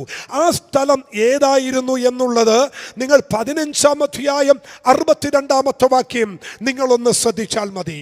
അവൻ 62-ാമത്തെ വാക്യം അവിടെ ഇങ്ങനെയാണ് പറയുന്നത്, മിഥിൻ സെഖാഗ, നിബ്സാൻ, ഇർഹമലേഖ്, എൻഗദി, ഇങ്ങനെ 6 പട്ടണങ്ങളും അവയുടെ ഗ്രാമങ്ങളും. ഒന്നുകൂടി നിങ്ങൾ ശ്രദ്ധിച്ചാട്ടെ, ഇങ്ങനെ 6 പട്ടണങ്ങളും അവയുടെ ഗ്രാമങ്ങളും, 6 സിറ്റിയും അതിൻ്റെ ഉൾഗ്രാമങ്ങളും യഹൂദയ്ക്ക് ദൈവം നൽകി കൊടുത്തു. ഏത് സ്ഥലമാ കൊടുത്തു എന്ന് നിങ്ങൾ ശ്രദ്ധിച്ചേ. മിഥിൻ സെഖാഗ, നിബ്സാൻ, ഇർഹമലേഖ്, എൻഗദി. അതിൻ്റെ അവസാനത്തെ വാക്യം നിങ്ങൾ ശ്രദ്ധിക്കണം. അവിടെ എൻഗദി എന്ന ഒരു പട്ടണമുണ്ട്. എൻഗദി എന്ന ഒരു പട്ടണം നിങ്ങൾ അറിയണം കേട്ടോ. ഏതാണ് ഈ എൻഗദി എന്ന പട്ടണം? ഞാൻ ആദ്യം പറഞ്ഞില്ലേ, അമോര്യയുടെ ദേശമെന്ന് പറയുന്ന, അമോര്യയുടെ സ്ഥലമെന്ന് പറയുന്ന ഹസസോൻ താമാർ എന്ന് പറയുന്ന സ്ഥലമില്ലേ, ആ സ്ഥലം തന്നെയാണ് എൻഗദി എന്ന് പറയുന്ന സ്ഥലം. എന്ന് വെച്ചാലേ ജാതികളുടെ പട്ടണം, ജാതികൾ കൈവശമാക്കി വെച്ച പട്ടണം. ആഭിചാരത്തിൻ്റെയും മന്ത്രവാദത്തിൻ്റെയും പിശാചിൻ്റെ ഈറ്റില്ലമായി തീർന്ന ആ ഹസസോൻ താമാർ എന്ന് പറയുന്ന, അല്ലെങ്കിൽ അതിന് മറ്റൊരു പേരാണ് ഏൻഗദി എന്ന് പറയുന്ന ആ പേരുള്ള പട്ടണം ദൈവം ആർക്ക് കൊടുത്തു? യഹൂദയ്ക്ക് കൊടുത്തു. ഇനി ഏൻഗതി എന്ന വാക്ക് ആമൻ നിങ്ങൾക്ക് മനസ്സിലാകാൻ ഞാനൊരു വാക്യം തരാം, എന്നിട്ട് ഞാൻ അതിൽ തിരിച്ചു വരാം. ആമൻ 2 ദിനവൃത്താന്ത പുസ്തകം 20-ാം അധ്യായം 1-ാമത്തെ വാക്യം നിങ്ങൾ വായിക്കണം, എന്നിട്ട് നമുക്ക് മടങ്ങി വരാം. അവിടെ ഇങ്ങനെ പറയുന്നു, അതിൻ്റെ ശേഷം മോവാബ്യരും അമ്മോന്യരും അവരോടുകൂടെ മെയൂന്യരിൽ ചിലരും യഹോശാഫാത്തിന്റെ നേരെ യുദ്ധത്തിന് വന്നു. 2-ാമത്തെ വാക്യം അവിടെ ഇങ്ങനെയാണ് നമ്മൾ വായിക്കുന്നത്, ചിലർ വന്ന് യഹോശാഫാത്തിനോട് പറഞ്ഞു, വലിയൊരു ജനസമൂഹം കടലിനക്കരെ നിന്നു, അരാമിൽ നിന്ന് നിന്റെ നേരെ വരുന്നു. ഇതാ അവർ ഏൻഗതി എന്ന ഹസസോൻ താമാറിലുണ്ട്. അപ്പൊ ഏൻഗതി എന്ന ഹസസോൻ താമാറിൽ, അപ്പൊ ഏൻഗതിയും ഹസസോൻ താമാറും രണ്ടും രണ്ടല്ല, രണ്ടും ഒന്നാണ്. ഹസസോൻ താമാർ എന്ന് ഉൽപ്പത്തി 14 വായിച്ച ആ പേരുണ്ടല്ലോ, ആമൻ 2 ദിനവൃത്താന്ത പുസ്തകം 20:2 വന്നപ്പോൾ അതിൻ്റെ പേര് ഏൻഗതി എന്ന പേരായി. എന്നാൽ ഈ ഏൻഗതി എന്ന പേര് വന്നപ്പോൾ അതിന് ഒരർത്ഥം കൂടിയുണ്ട് വേദപുസ്തകത്തിൽ. എന്താണ് ഏൻഗതി എന്ന വാക്കിൻ്റെ അർത്ഥം? ഏൻഗതി എന്ന വാക്കിൻ്റെ അർത്ഥം ആട്ടിൻ കുട്ടിയുടെ ഉറവ എന്നാണ്. ശ്രദ്ധിക്കണമേ, ഹസസോൻ താമാർ അഥവാ ഏൻഗതി എന്ന വാക്കിൻ്റെ അർത്ഥം എന്താണ്? ആട്ടിൻ കുട്ടിയുടെ ഉറവ.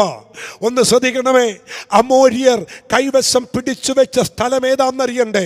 അമോര്യർ കൈവശം അടച്ചു വെച്ച സ്ഥലം ഏതാണെന്നറിയണ്ടേ? അവർ ആധിപത്യം പറഞ്ഞ സ്ഥലം ഏതാണെന്നറിയണ്ടേ? ആട്ടിൻകുട്ടിയുടെ ഉറവയായി തീരേണ്ട ഏൻഗതിയാണ് പിശാച് കൈവശമാക്കി വെച്ചത്. ഈ പകലാത്മാവിൻ ഞാൻ പറയുന്നു, ആമൻ കർത്താവ് പറഞ്ഞു, ഞാൻ ഇടയൻ, നിങ്ങൾ ആടുകളാണ്. ആടുകൾ കുടിച്ച് തൃപ്തി പ്രാപിക്കേണ്ട ചില ഉറവകൾ പിശാച് കൈവശമാക്കി വെച്ചിട്ടുണ്ട്. അതെ, ആമൻ ആട്ടിൻകുട്ടികൾ കുടിച്ച് ദാഹം തീരേണ്ട ചില ഉറവകൾ, അവൻ ദാഹം തീർക്കേണ്ട ചില ഉറവകൾ ദുഷ്ട പിശാച് കൈവശം പറഞ്ഞ് എന്റേതാണ്, അത് എനിക്കുള്ളതാന്ന് പറഞ്ഞ് ജാതീയ സ്ഥലം പോലെ കൈവശമാക്കി വെച്ച ചില ഏൻഗതികൾ ഇന്ന് പകൽക്കാലം നിനക്ക് വേണ്ടി റീഓപ്പൺ ചെയ്ത് ദൈവം തരുമെന്ന് വിശ്വസിക്കുന്നവർക്ക് ഞാൻ എൻ്റെ ദൈവത്തിന് സ്തോത്രം ചെയ്യുന്നു. ഒരു ദൂത് ഇതിനോടുള്ള ബന്ധത്തിൽ ആത്മാവ് ഇടപെടുന്നു. അബ്രഹാം കുഴിച്ച ചില കിണർ ഫെലിസ്ത്യ മല്ലന്മാർ പണ്ട് മണ്ണിട്ട് മൂടി. അബ്രഹാം കുഴിച്ചതും ഫെലിസ്ത്യ മല്ലന്മാർ മണ്ണിട്ട് മൂടിയതുമായ ആ കിണറുകൾ ദൈവം രണ്ടാമത് കുഴിപ്പിച്ചു ഒരു ഇസഹാക്കിനെ കൊണ്ട്. പരിശുദ്ധൻ പറയുന്നു, നീയും നിന്റെ തലമുറയും പിൻതലമുറകളും അനുഭവിക്കേണ്ട ചില നന്മകൾ കാലഘട്ടങ്ങൾ മാറിമറിഞ്ഞപ്പോൾ ശത്രു മണ്ണിട്ട് മൂടിക്കളഞ്ഞെങ്കിൽ ഉപവാസത്തിന്റെ നടുവിൽ ആത്മാവിഞ്ഞം ദൂത് പറയുന്നു, ദൈവം അത് തിരിച്ചു കൊണ്ടുവരും. ദൈവം തിരിച്ചു പിടിക്കാൻ നമ്മുടെ തലമുറകളുടെ മേൽ ദൈവത്തിന്റെ കൃപയും കൃപാവരങ്ങളും ഇന്ന് പകൽ പകരുമെന്ന് വിശ്വസിക്കുന്നവർ ദൈവത്തെ ഒന്ന് സ്തുതിച്ച്, ദൈവത്തെ ആരാധിച്ച്, ദൈവത്തിന് മഹത്വം കൊടുത്ത് ആത്മാവിഞ്ഞൻ പ്രവചിച്ചു പറയുന്നു, ഇല്ല, ഹസസോൻ താമാർ എന്ന് പറയുന്ന ഏൻഗതി എന്ന് പറയുന്ന ആട്ടിൻകുട്ടിയുടെ ഉറവയാകേണ്ട ആ പട്ടണം ദൈവം തിരിച്ചു പിടിക്കും.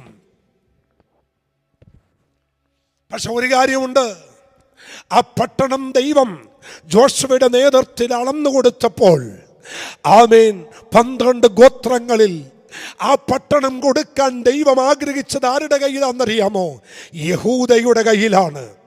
അവൻ എന്താണ് യഹൂദയ്ക്ക് ദൈവം കൊടുത്തത്? എല്ലാവരുടെ കയ്യിൽ ദൈവമെല്ലാം തരില്ല.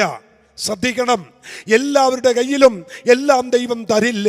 ചുമ്മാ കയ്യും കെട്ടിയിരിക്കുന്നവന്റെ കയ്യിൽ ജാതിയന്റെ പട്ടണം തരില്ല. അവൻ ചുമ്മാ തെക്ക് വടക്ക് നടക്കുന്നവന്റെ കയ്യിൽ ദൈവം ജാതികളുടെ പട്ടണം അവകാശമായി തരത്തില്ല. ദൈവത്തെ നേരെ ചൊവ്വേ ആരാധിക്കാത്തവന്റെ കയ്യിൽ, ദൈവത്തിന് വേണ്ടി ജീവിക്കാത്തവന്റെ കയ്യിൽ, ദൈവത്തിന് വേണ്ടി ദാഹമില്ലാത്തവന്റെ കയ്യിൽ ദൈവം ഒരു പട്ടണം തരത്തില്ല.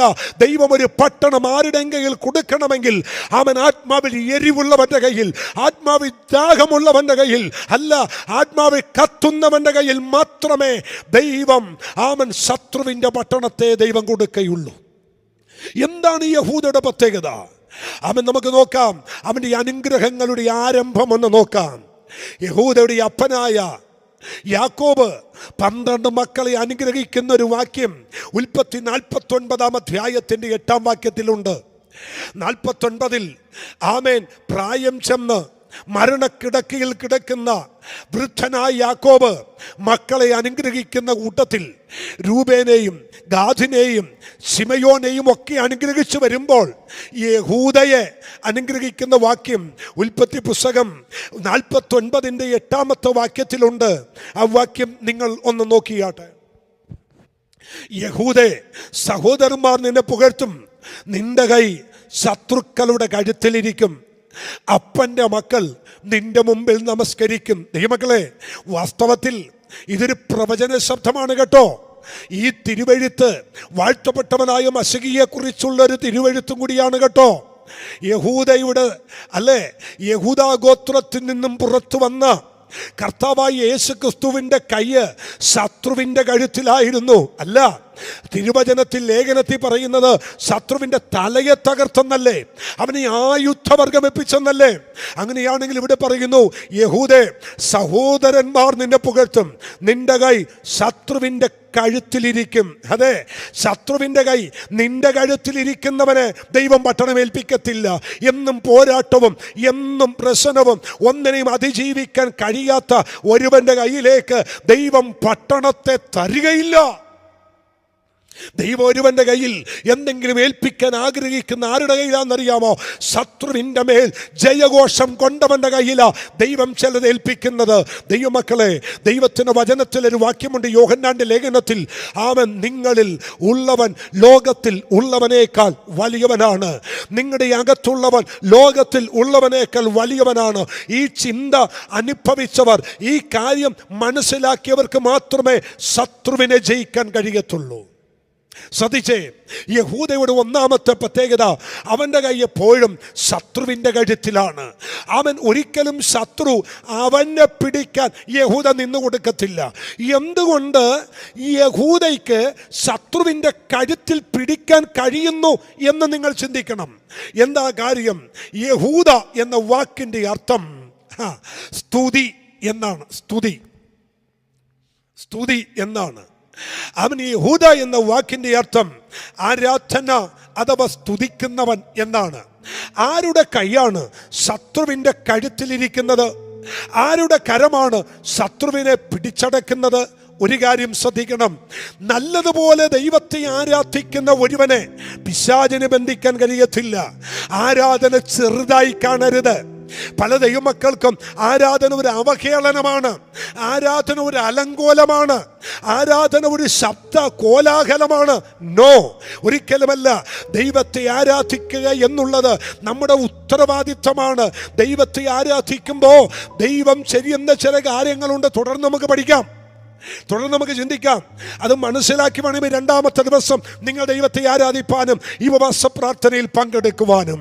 ശ്രദ്ധിച്ചേ, യഹൂദയുടെ ചരിത്രം പഠിച്ചു വരുമ്പോൾ യഹൂദ എന്നും മുൻപിൽ നിന്ന് സ്തുതിക്കുന്നവനാ. യഹൂദയുടെ വാക്കിൻ്റെ അർത്ഥം സ്തുതി, ആരാധന എന്നാണ്. ആരാധിക്കുന്നവൻ എവിടെയാ പരാജയപ്പെട്ടിട്ടുള്ളത്? ഒന്ന് രണ്ട് കാര്യങ്ങൾ പറയാം. അബ്രഹാമിൻ്റെ ഒരു ചരിത്രം കൂടി ഒന്ന് തൊടാം. അബ്രഹാം എവിടെ പോയാലും യാഗപീഠം അടിക്കുന്നൊരു സ്വഭാവമുണ്ട്. യാഗപീഠമടിക്കും. താൻ കൂടാരമടിക്കുന്നതിന് മുൻപേ യാഗപീഠമടിക്കുമായിരുന്നു. താനും തൻ്റെ കുടുംബവും പാർക്കാൻ. അവൻ ഭവനമല്ലടിക്കുന്നത്, കൂടാരമല്ലടിക്കുന്നത്. കൂടാരമടിക്കുന്നതിന് മുൻപേ അബ്രഹാം യാഗപീഠമടിക്കുമായിരുന്നു. ദൈവത്തെ ആരാധിക്കുന്ന യാഗപീഠമടിച്ച അബ്രഹാമിനെ ഭൂമിയിൽ വെച്ച് ഏറ്റവും സമ്പന്നനാക്കിയില്ലേ? ഇനി ആരാധന ചെറുതാണോ? എബ്രായ ബാലന്മാരായ ശദ്രക്ക്, മേശക്ക്, അഭേദനഗോവ്, ഈ ദൈവം ഞങ്ങളെ വിടുവിച്ചാലും ഇല്ലെങ്കിലും ദുഷ്ടപിശാചിനെ ഞങ്ങൾ ആരാധിക്കത്തില്ല, ഞങ്ങളുടെ ദൈവത്തെ ഞങ്ങൾ ആരാധിക്കൂ എന്ന് പറഞ്ഞ് ആരാധിച്ച ആമൻ എബ്രായ ബാലന്മാരെ ദൈവം ഉയർത്തിയില്ലേ? ഇവിടുത്തെ രാജാവിനെ മാത്രമേ നമസ്കരിക്കാവൂ എന്ന് വിധി എഴുതിയിട്ടും തമ്പുരാനെ ആരാധിച്ച ദാനിയേലിനെ ആ ദേശത്തെ പ്രധാന ദേശത്തിൻ്റെ അധിപതിയാക്കി മാറ്റിയില്ലേ? ആരാധന ചെറുതല്ലെന്നേ. പൗലോസും ശീലാസും കയ്യിൽ കാരാഗൃഹത്തിൽ ചങ്ങലയിട്ട് ബന്ധിക്കപ്പെട്ട് ആമത്തിൽ പൂട്ടി അടക്കപ്പെട്ടപ്പോഴും ആരാധനയ്ക്ക് മടി കാണിക്കാതെ ആരാധിച്ച ആ ദൈവപുരുഷന്മാരെ ആരാധന നിമിത്തമല്ലേ ആ ദേശത്തും ആ കാരാഗൃഹത്തിലും ദൈവം ഉപയോഗിച്ചത്. ആരാധന ചെറുതല്ലെന്നേ, ആരാധന ചെറുതായി കാണരുതെന്നേ. ആരാധിക്കുന്നവന്റെ കൈ ശത്രുവിന്റെ കഴുത്തിലാണ്.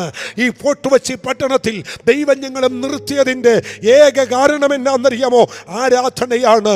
തിയോളജി കൂടിയത് കൊണ്ടല്ല ദൈവം ഞങ്ങൾ ഇവിടെ നിർത്തിയത്. വചന പാണ്ഡിത്യമല്ല ദൈവം ഞങ്ങൾ ഇവിടെ നിർത്തിയത്. ദൈവം നിർത്തിയതിന്റെ ഒന്നാമത്തെ കാരണം ആരാധനയാണ്. എന്നെ കേട്ടുകൊണ്ടിരിക്കുന്ന ദൈവജനമേ, നിങ്ങൾ ഒരിക്കൽ ഈ മെസ്സേജ് കേൾക്കുന്നത് വാഹനത്തിലിരുന്നാകാം. ഒരു പക്ഷെ നിങ്ങൾ ഈ മെസ്സേജ് കേൾക്കുന്നത് നിങ്ങളുടെ ബെഡ്റൂമിനകത്തിരുന്നാകാം.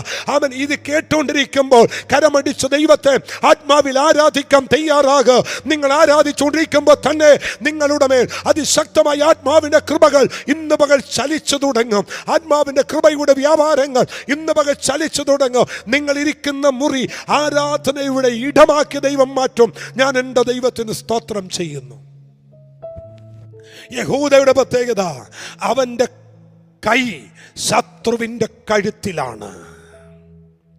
എന്നാൽ ഇവിടെ വായിച്ചേ, ന്യായാധിപന്മാരുടെ പുസ്തകം എന്നെടുത്ത് ന്യായാധിപന്മാർ 1-ാമത്തെ അധ്യായം വായിക്കുമ്പോൾ ന്യായാധിപന്മാരുടെ ചരിത്രം ആരംഭിക്കുകയാണ് കേട്ടോ. ഒത്നിയേൽ മുതൽ ശമൂവേൽ എന്ന് പറയുന്ന ആ വലിയ മനുഷ്യനായ 15 ന്യായാധിപന്മാരുടെ ചരിത്രം പഠിച്ചു വരുമ്പോൾ ദൈവം ആദ്യമായിട്ട് യുദ്ധത്തിന് പുറപ്പെടുവാൻ, യുദ്ധത്തിന് വിടാൻ ദൈവം തീരുമാനിച്ചത് ആരെയാണ്? അവർ ചോദിക്കുന്ന ന്യായാധിപന്മാരുടെ പുസ്തകം 1-ാം അധ്യായം അതിൻ്റെ 2-ാമത്തെ വാക്യം. ദൈവത്തോട് ചോദിക്കും, ദൈവമേ, ഞങ്ങളിൽ ആരാണ് യുദ്ധത്തിന് പോകേണ്ടത്? ഞങ്ങൾ ആര് പോയി യുദ്ധത്തിന് പോകണം? അവിടെ 2-ാം വാക്യത്തിൽ ദൈവം തന്നെ പറയുന്നു, യഹൂദ പുറപ്പെടട്ടെ. ദൈവമക്കളെ, യഹൂദ പുറപ്പെടട്ടെ. ഒരു വാക്യം പരിശുദ്ധാത്മാവിൽ ഞാൻ ഇങ്ങനെ പറയുന്നു. ആമൻ, ഞാൻ 2 കാര്യങ്ങൾ നിങ്ങളുടെ മുമ്പിൽ കൊണ്ടുവന്നു. ഒന്ന്, ആമൻ, ഹസസോൻ താമാർ എന്ന് പറയുന്ന ജാതികളുടെ പട്ടണം, അത് ഏൻഗതി എന്ന് പറയുന്ന ആട്ടിൻകുട്ടിയുടെ ഉറവയായ പട്ടണം, ജാതികൾ കൈവശമാക്കി വെച്ച പട്ടണം, അവൻ ദുഷ്ടപിശാച് കൈവശമാക്കി അടക്കം വെച്ച പട്ടണം ദൈവം ഒരുവനെ ഏൽപ്പിക്കാൻ തീരുമാനിച്ചു. ആടകയിലാ ദൈവം കൊടുത്തത്, യഹൂദയുടെ കയ്യിൽ. എന്താണ് യഹൂദയുടെ പ്രത്യേകത? യഹൂദയുടെ പ്രത്യേകത, അപ്പൻ അവനെ അനുഗ്രഹിച്ചപ്പോൾ ഇങ്ങനെ പറയുന്നു, അവൻ ശത്രുവിന്റെ കഴുത്തിൽ യഹൂദയുടെ കൈയിരിക്കും. അപ്പൊ ആരുടെ കയ്യിലാ ദൈവം അത് കൊടുത്തത്? എവിടെയാണോ ശത്രു ഉള്ളത്, എവിടെയാണോ ശത്രുവിന്റെ കഴുത്തിൽ കൈപിടിച്ചിരിക്കുന്നത്, അവനെയാണ് ദൈവം അവൻ പട്ടണമേൽപ്പിച്ചത്. ആ പട്ടണം ഇപ്പോൾ ആരുടെ കയ്യിലാണ്? യഹൂദയുടെ കയ്യിലാണ്. ആ യഹൂദയുടെ പ്രത്യേകത എന്ത്? യഹൂദ എന്ന വാക്കിന്റെ അർത്ഥം സ്തുതി എന്നാണെന്ന് ഞാൻ പറഞ്ഞു. എന്നാ ശ്രദ്ധിച്ചേ, അവൻ ആ യഹൂദ പുറപ്പെടട്ടെ. ആര് വേണം യുദ്ധത്തിന് പോകാൻ? ദൈവത്തോട് ചോദിച്ചപ്പോൾ ദൈവം പറയുന്നു, മറ്റാരും പോവരുത്. രൂബേൻ ഗോത്രം പോവരുത്, ഗാദ്യന്യർ പോവരുത്, ആമൻ ആശേർ ഗോത്രം പോവരുത്. ആദ്യം പോകേണ്ടത് യഹൂദ ഗോത്രമാണ്. നിങ്ങൾ ശ്രദ്ധിച്ചേ, ഒരു യുദ്ധം നടക്കുമ്പോൾ ആ യുദ്ധത്തിൽ ആമൻ വീരന്മാർ ആദ്യം പുറപ്പെട്ടു പോയി ആദ്യം ശത്രുവിനെ കീഴടക്കുന്നത് പോലെ ഒരു യുദ്ധം തന്ത്രം പഠിച്ച, യുദ്ധതന്ത്രം മെനഞ്ഞ് പഠിച്ച് യുദ്ധം ചെയ്യാൻ റെഡിയായി മുന്നോട്ട് പോകുന്ന ഒരു യുദ്ധവീരനായ കുറച്ചു പേർ മുന്നോട്ട് പോയി ശത്രുവിനെ പരാജയപ്പെടുത്തി മുന്നോട്ട് പോകുന്നത് പോലെ ദൈവം പറയുന്നു, ആമൻ ഇവിടെ യുദ്ധം ചെയ്യാൻ മുന്നോട്ട് പോകേണ്ടത് മറ്റാരുമല്ല, യുദ്ധം ചെയ്യാൻ പോകേണ്ടത് യഹൂദയാണ്. ശ്രദ്ധിച്ചേ, ആമൻ ശത്രു യുദ്ധത്തിന് സന്നാഹമായി നിൽക്കുമ്പോൾ നിനക്കും നിന്റെ കുടുംബത്തിനുമെതിരെ ശത്രു ആമൻ ചില കാര്യങ്ങൾ മെനഞ്ഞ് നിന്നെ പരാജയപ്പെടുത്താൻ മുന്നിൽ നിൽക്കുമ്പോൾ ദൈവം പറയുന്നു, യഹൂദ പുറപ്പെടട്ടെ. ആര് പുറപ്പെടണം? അവരെ ജയിക്കാൻ ചില വഴികൾ തുറക്കപ്പെടാൻ യഹൂദ പുറപ്പെടട്ടെ. എന്താണ് യഹൂദ? സ്തുതിക്കുന്ന ആരാധിക്കുന്നവൻ ആദ്യം പുറപ്പെടട്ടെ. ആരാധിക്കാൻ മുന്നോട്ട് പോകുന്നവൻ ആദ്യം മുന്നോട്ട് പോട്ടെ. ആത്മാവിൽ കുതിച്ച് നൃത്തം ചെയ്യുന്നവൻ ആദ്യം പോകട്ടെ. അവൻ മുന്നിൽ പോയാൽ പുറകിൽ പരാജയമല്ല. ഒരു ദൂതാത്മാവിൽ ഞാൻ പറയുന്നു, അവൻ കുടുംബത്തിന്റെ അകത്ത് ആരാധിക്കുന്നവൻ മുന്നിൽ നിൽക്കട്ടെ, സഭയിൽ ആരാധിക്കുന്നവൻ മുന്നിൽ നിൽക്കട്ടെ, ലീഡർ ഫെലോഷിപ്പിൽ ആരാധിക്കുന്നവൻ മുന്നിൽ നിൽക്കട്ടെ.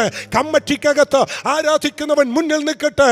അവൻ കാശുള്ളവനല്ല മുന്നിൽ നിൽക്കേണ്ടത്, കഴിവുള്ളവനല്ല മുന്നിൽ നിൽക്കേണ്ടത്. അവൻ മുന്നിൽ നിൽക്കേണ്ടത് സ്തുതിക്കുന്ന യഹൂദയത്രേ മുന്നിൽ നിൽക്കേണ്ടത്. Price the Lord. നമുക്ക് മടങ്ങി വരാം. അവൻ ദൈവം പറയുന്നത് യഹൂദ പുറപ്പെടട്ടെ, യഹൂദ പുറപ്പെടട്ടെ. ദൈവമക്കളെ, കാലങ്ങൾ മാറിക്കഴിഞ്ഞു കേട്ടോ. ഇപ്പോൾ അവൻ ഉൽപ്പത്തി പുസ്തകം 14 തൊട്ട് നിങ്ങൾ ശ്രദ്ധിച്ചു പഠിച്ചു. 14-ാം അധ്യായത്തിൽ ജാതികളുടെ പട്ടണം, ആ പട്ടണം ദൈവം കൊണ്ടുവന്ന് അബ്രഹാമിൻ്റെ കാലത്ത് അബ്രഹാമിൻ്റെ കയ്യിൽ ഏൽപ്പിച്ചു. അത് കഴിഞ്ഞ് അവൻ ദൈവം ജോഷുവയുടെ നേതൃത്വത്തിൽ അളന്നുകൊടുത്തപ്പോൾ അത് യഹൂദയ്ക്ക് കൊടുക്കുന്നു. എന്താണ് യഹൂദയുടെ പ്രത്യേകത എന്ന് ഞാൻ പറഞ്ഞ് അവസാനിപ്പിച്ചു. എന്നാൽ കാലങ്ങൾ കഴിഞ്ഞു. സ്തുതിക്കുന്ന യഹൂദയ്ക്ക് കിട്ടിയ ഈ ഏൻഗതി എന്ന് പറയുന്ന ഈ പട്ടണം ഇപ്പോൾ കാലങ്ങൾ മാറി, അന്തരീക്ഷങ്ങൾ മാറി. 1 ശമൂവേലിന്റെ പുസ്തകം അവൻ 23-ാം അധ്യായം അതിൻ്റെ 29-ാം വാക്യം നിങ്ങളൊന്ന് ശ്രദ്ധിച്ചേ. ആമേൻ. 1 ശമൂവേൽ 23 അതിൻ്റെ 29-ാമത്തെ വാക്യം. ആ വാക്യം ഇങ്ങനെയാണ് നമ്മൾ വായിക്കുന്നത്. ദാവീദോ അവിടം വിട്ട് കയറിപ്പോയി ഏൻഗദിയിലെ ദുർഗങ്ങളിൽ ചെന്ന് പാർത്തു. ഇപ്പോൾ ഏൻഗതി എന്ന് പറയുന്ന ആട്ടിൻകുട്ടിയുടെ ഉറവയായ, സ്തുതിക്കുന്നവന്റെ കയ്യിലേൽപ്പിച്ച, ആരാധിക്കുന്നവന്റെ കയ്യിലേൽപ്പിച്ച, ആമൻ ആമൻ ജമൻ ആമൻ യുദ്ധം ചെയ്ത് പിടിക്കാൻ കഴിവുള്ളവന്റെ കയ്യിൽ ഏൽപ്പിച്ച ഏൻഗതി എന്ന് പറയുന്ന ഈ പട്ടണം ദാവീദിന്റെ കാലം വന്നപ്പോ ദുർഗങ്ങളായി മാറി. എന്ന് വെച്ചാൽ എന്നെ പറ്റിയെന്നറിയാമോ? ആമൻ നമുക്കറിയത്തില്ലേ? ആമൻ നമ്മൾ കേട്ടിട്ടില്ലേ? കുറ്റവാളികൾ പോയി ഒളിച്ചിരിക്കുന്ന സ്ഥലം ആമൻ അതുപോലൊരു സ്ഥലമാക്കി പിശാച് അതിനെ മാറ്റിക്കളഞ്ഞു. എന്താണ് ഏൻഗതിയുടെ അർത്ഥം? ആട്ടിൻകുട്ടിയുടെ ഉറവ. ആമൻ. നൂറുകണക്കിന്, ആയിരക്കണക്കിന്, പതിനായിരക്കണക്കിന് ആടുകൾ ആമൻ ഉറവിൽ നിന്നും വെള്ളം കുടിക്കേണ്ട ഏൻഗതി ഇപ്പോൾ ദുർഗമാക്കി പിശാച് മാറ്റി. ഇത് സഭയുടെ ചരിത്രമാണ്, ഇത് കുടുംബത്തിന്റെ ചരിത്രമാണ്. കഴിഞ്ഞ കാലങ്ങളിൽ ആട്ടിൻകുട്ടിയുടെ ഉറവ പോലെ ആമൻ ഒഴുകിക്കൊണ്ടിരുന്ന ഉറവയായ നിന്റെ ഭവനത്തെ പിശാച് ദുർഗമാക്കി മാറ്റിയില്ലേ? സന്ധ്യ പ്രാർത്ഥനയ്ക്ക് ആരാധിച്ച് തകർത്ത് നൃത്തം ചെയ്ത് അന്യഭാഷയിൽ ആരാധിച്ചുകൊണ്ടിരുന്ന ഒരു ഉറവയായ ഏൻഗതി എന്ന് പറയുന്ന നിന്റെ ഭവനത്തെ പിശാച് ദുർഗമാക്കി മാറ്റിയില്ലേ? തിരിച്ചു പിടിക്കുന്ന ഒരു ദൈവകൃപ ഈ 2-ാമത്തെ ദിവസം വ്യാപരിക്കട്ടെ. മടങ്ങി വരാം. അവൻ 1 ശമൂവേൽ 24-ാം അധ്യായം അതിന് 1-ാം വാക്യം വായിക്കുമ്പോൾ അവിടെ ഇങ്ങനെ വായിക്കുന്നുണ്ട്. ആമൻ. ദാവീദ് ആമൻ ശൗല് ഫെലിസ്ത്യരെ ഓടിച്ചു കളഞ്ഞിട്ട് മടങ്ങി വന്നപ്പോൾ ദാവീദ് ഏൻഗതി മരുഭൂമിയിലുണ്ടെന്ന് അറിവ് കിട്ടി. ഇപ്പോൾ അത് ഡ്രൈ ആയി മാറി, അത് മരുഭൂമിയായി മാറി. എനിക്കറിയാം, കാലങ്ങൾക്ക് മുമ്പേ ആമൻ ഉറവ പോലെ ആമൻ നീന്തി തുടിച്ച് നരിയാണിയോളമല്ല, മുട്ടോളമല്ല, അരയോളം പോരാ എന്ന് പറഞ്ഞ് നീന്തി തുടിച്ചാരാധിച്ച് ദൈവമഹത്വം കണ്ട പല സഭകളും ഇന്ന് മരുഭൂമിക്ക് തുല്യമായി മാറി. ആട്ടിൻകുട്ടിയുടെ ഉറവയായ ഏൻഗതി ഇപ്പോൾ എന്നാ പറ്റി? ഏൻഗതി ഇതാ മരുഭൂമിക്ക് തുല്യമായി. ദൈവസഭകൾ മരുഭൂമിക്ക് തുല്യമായി. അവൻ ആരാധനയില്ല, അവൻ ദൈവപ്രവൃത്തിയില്ല. ആത്മാവിന്റെ പ്രവൃത്തികളെ മരിപ്പിച്ചു കളഞ്ഞ സഭ. അല്ലെങ്കിൽ ഒരുവൻ ആത്മാവിൽ ആരാധിക്കാൻ എഴുന്നേറ്റാൽ, ഒരുവൻ ആത്മാവിൽ നീന്തി തുടിക്കാൻ എഴുന്നേറ്റാൽ അവനെതിരെ അവൻ കരഘോഷങ്ങളുമായി എഴുന്നേൽക്കുന്ന ഒരുപറ്റം ആത്മീയ ഗുണ്ട നേതാക്കന്മാർ അവൻ നമ്മുടെ ആലയങ്ങളിൽ, നമ്മുടെ ആത്മീയ ഗോളത്തിൽ എഴുന്നേറ്റ് നിൽക്കുമ്പോൾ നമ്മുടെ ആത്മീയ ഗോളം മുഴുവൻ മരുഭൂമിയായി മാറിയെങ്കിൽ ഈ 21 ദിവസത്തെ ഉപവാസ പ്രാർത്ഥനയിൽ ആത്മാവിൻ ഞാൻ പറയട്ടെ, മരുഭൂമികൾ മാറി ഒരു നീരൊഴുക്കിന്റെ ആയിരക്കണക്കിന്, പതിനായിരക്കണക്കിന്, ലക്ഷക്കണക്കിന് ആടുകൾക്ക് വെള്ളം കുടിക്കുന്ന ഉറവയാക്കി ദൈവസഭകളെ, കുടുംബങ്ങളെ ദൈവം മാറ്റട്ടെ എന്ന് ഞാൻ ആത്മാവിൽ ദൂത് പറയുന്നു. തിരിച്ചു വരാ. ആമൻ ആമൻ 2 തിരുവൃത്താന്തം 20-ാം അധ്യായം 1-ാമത്തെ വാക്യം. അവൻ അവിടെ ഇങ്ങനെ പറയുന്നു. അതിന്റെ ശേഷം മോവാബിയരും അമ്മോന്യരും അവരോടുകൂടെ മെയൂന്യരിൽ ചിലരും യഹോശാഫാത്തിന്റെ നേരെ യുദ്ധത്തിന് വന്നു. 2-ാം വാക്യം. അവരെവിടെയാ യുദ്ധത്തിന് വന്നത്? ചിലർ വന്ന് യഹോശാഫാത്തിനോട്, വലിയൊരു ജനസമൂഹം കടലക്കരെ നിന്നു, അരാമിൽ നിന്ന് നിന്റെ നേരെ വരുന്നു. ഇതാ അവർ ഏൻഗതി എന്ന അസ്വസോൻ താമാറിലുണ്ട്. ഇപ്പോൾ ഏൻഗതി എന്ന് പറയുന്ന അസ്വസോൻ താമാര് എന്തായി മാറി? യുദ്ധക്കളമായി മാറി. യഹോശാഫാത്തിന്റെ നേരെ യുദ്ധത്തിന് വന്നിരിക്കുന്ന ഇടം ഏൻഗതിയിലാണ്. ഞാൻ ആദ്യം പറഞ്ഞു, ആ ഉറവയെന്ന സ്തുതിക്കുന്ന യഹൂദക്ക് കൊടുത്ത ഏൻഗതി പിശാച് എന്താക്കി? ആരംഭത്തിൽ ദുർഗമാക്കി. രണ്ടാമത് അതിനെ മരുഭൂമിയാക്കി മാറ്റി. 3 അത് യുദ്ധക്കളമായി മാറി. ഇത് സഭയുടെ ചരിത്രമല്ലേ? പല സഭകളിലും ഇന്ന് ആരാധനയല്ല, യുദ്ധമല്ല നടക്കുന്നത്, സാക്ഷ്യത്തിലൂടെ യുദ്ധം, ആമൻ കമ്മിറ്റിയുടെ അകത്ത് യുദ്ധം എന്ന് വേണ്ട പലതരത്തിലും യുദ്ധങ്ങൾ മാത്രം നടക്കുമ്പോൾ ഈ പകൽ പരിശുദ്ധാത്മാവിനെ ഞാൻ വിളിച്ചു പറയുന്നു, ആ യുദ്ധം മാറിയേ പറ്റൂ. യുദ്ധം മാറി ആത്മാവിൻ്റെ നീരൊഴുക്ക് ഇതിനകത്തുണ്ടായേ പറ്റൂ. ഇന്ന് പകൽ ഒരു ഒഴുക്കിൻ്റെ ദിവസമാക്കി ദൈവം തീർക്കട്ടെ. ആ ആമൻ അന്തരീക്ഷം മാറാൻ എന്താ ചെയ്യേണ്ടത്? നമുക്ക് 1-2 വാക്യങ്ങൾ വായിക്കണം. അവൻ 20-ാമത്തെ അധ്യായം അതിന് 3-ാമത്തെ വാക്യം നിങ്ങൾ ശ്രദ്ധിച്ചേ. 20-ാം അധ്യായം അതിന് 3-ാമത്തെ വാക്യം. യഹോശാഫാത്ത് ഭയപ്പെട്ടു, യഹോവയെ അന്വേഷിപ്പാൻ താല്പര്യപ്പെട്ടു. ദൈവമക്കളെ, ഈ 2-ാമത്തെ ദിവസത്തെ ആത്മാവിന്റെ ദൂത് നിങ്ങൾ കേൾക്കുക. അവൻ 3 കാര്യങ്ങൾ ഒരിക്കൽ കൂടി ഞാൻ പറയുന്നു. 1 ദുർഗമായി പോയ സ്ഥലം, 2 മരുഭൂമിയായി പോയ സ്ഥലം, 3 യുദ്ധക്കളമായി പോയ സ്ഥലം. ഈ 3 അവൻ അന്തരീക്ഷങ്ങളാക്കി പിശാച് മാറ്റിക്കളഞ്ഞ ഈ സ്ഥലം തിരിച്ചു പിടിക്കാൻ ചെയ്യേണ്ട ഒരേ ഒരു കാര്യം എന്നാണെന്നറിയാമോ? യഹോശാഫാത്ത് ചെയ്തത്, താൻ യഹോവയെ അന്വേഷിപ്പാൻ തീരുമാനിച്ചു. ഒരൊറ്റ ദൂത് പരിശുദ്ധാത്മാവി പറയട്ടെ, നമ്മുടെ മരുഭൂമി മാറാൻ, നമ്മുടെ ദുർഗം മാറാൻ, നമ്മുടെ ആമൻ സ്തോത്ര ആമൻ നമ്മുടെ യുദ്ധക്കളം മാറാൻ ഒറ്റ കാര്യം, യഹോവയെ അന്വേഷിക്കുക. ആമൻ ദാവീദ് പറയുന്നു, ഞാൻ അതിരാവിലെ ഞാൻ യഹോവയെ അന്വേഷിക്കും.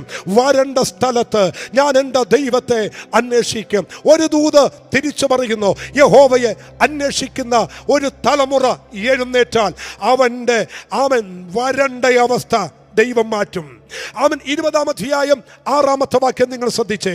2 ദിനവൃത്താന്തം 20:6. 1 താൻ യഹോവയെ അന്വേഷിപ്പാൻ തുടങ്ങി. 2 അവൻ ഞങ്ങളുടെ പിതാക്കന്മാരുടെ ദൈവമായ യഹോവേ, നീ സ്വർഗസ്ഥനായ ദൈവമല്ലോ, നീ ജാതികളുടെ സകല രാജ്യങ്ങളെയും ഭരിക്കുന്നുവല്ലോ, ആർക്കും എതിർപ്പാൻ കഴിയാത്ത ശക്തിയും പരാക്രമവും നിനക്കുണ്ട്. 1 യഹോവയെ അന്വേഷിക്കാൻ തുടങ്ങി. 2 സംഭവിച്ച 2-ാമത്തെ കാര്യം എന്നാന്നറിയാമോ? യഹോശാഫാത്ത് സമ്മതിച്ചു. എന്താ സമ്മതിച്ചത്?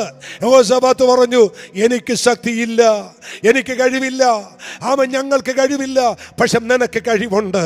ദൈവമക്കളെ, ഇന്ന് പകൽ ആത്മാവിൽ ഒന്ന് ശ്രദ്ധിച്ച് 1 യഹോവയെ അന്വേഷിപ്പാൻ തുടങ്ങി. 2 സ്വയം യഹോശാഫാത്ത് പറഞ്ഞു, ഈ മരുഭൂമി മാറണമെങ്കിൽ, ഈ ദുർഗം മാറണമെങ്കിൽ, യുദ്ധക്കളം മാറണമെങ്കിൽ എനിക്ക് കഴിവുണ്ടെന്ന് പറഞ്ഞത് കൊണ്ട് കാര്യമില്ല, എനിക്ക് എന്തൊക്കെയോ ഒക്കുമെന്ന് പറഞ്ഞുകൊണ്ട് കാര്യമില്ല. ഞാൻ സമ്മതിക്കുന്നു, എനിക്ക് കഴിവില്ല. 3 ആമേൻ അതിൻ്റെ 20-ാമത്തെ വാക്യം, ഒരു ഉപവാസം പ്രസിദ്ധപ്പെടുത്തി. ആ വാക്യം ശ്രദ്ധിക്കണം. യഹോശാഫാത്ത് ഭയപ്പെട്ട് യഹോവയെ അന്വേഷിപ്പാൻ താല്പര്യപ്പെട്ടു. യഹൂദയിലൊക്കെയും ഒരു ഉപവാസം പ്രസിദ്ധപ്പെടുത്തി. 3 വാക്യങ്ങൾ ദൈവമക്കൾ ശ്രദ്ധിക്കണമേ. ആമേൻ യുദ്ധക്കളം മാറാൻ, മരുഭൂമി മാറാൻ ആമൻ ചെയ്യേണ്ട 1-2 കാര്യങ്ങൾ ആത്മാവിൽ പറഞ്ഞു. 1 യഹോവയെ അന്വേഷിപ്പാൻ തുടങ്ങി. 2 അവര് പറഞ്ഞു, ഞങ്ങൾക്ക് കഴിവില്ല, നിനക്ക് കഴിവുണ്ടെന്ന് പറഞ്ഞു. 3 ഒരു ഉപവാസം പ്രസിദ്ധപ്പെടുത്താൻ തുടങ്ങി. എന്നാൽ 20-ാം അധ്യായം 12-ാമത്തെ വാക്യം ഒന്ന് വായിച്ചേ. 20-ാം അധ്യായം 12-ാമത്തെ വാക്യം, ഞങ്ങളുടെ ദൈവമേ, നീ അവരെ ന്യായം വിധിക്കയില്ലയോ? ഞങ്ങളുടെ നേരെ വരുന്ന ഈ വലിയ സമൂഹത്തോട് എതിർപ്പാൻ ഞങ്ങൾക്ക് ശക്തിയില്ല. ആദ്യം പറഞ്ഞു എനിക്ക് ശക്തിയില്ല, രണ്ടാമത് പറയുന്നു ഞങ്ങൾക്ക് ശക്തിയില്ല. അവൻ ശ്രദ്ധിക്കുക, മരുഭൂമി മാറാൻ, യുദ്ധം മാറാൻ, ശത്രു പരാജയപ്പെടാൻ ഒരൊറ്റ കാര്യം ചെയ്താൽ മതി.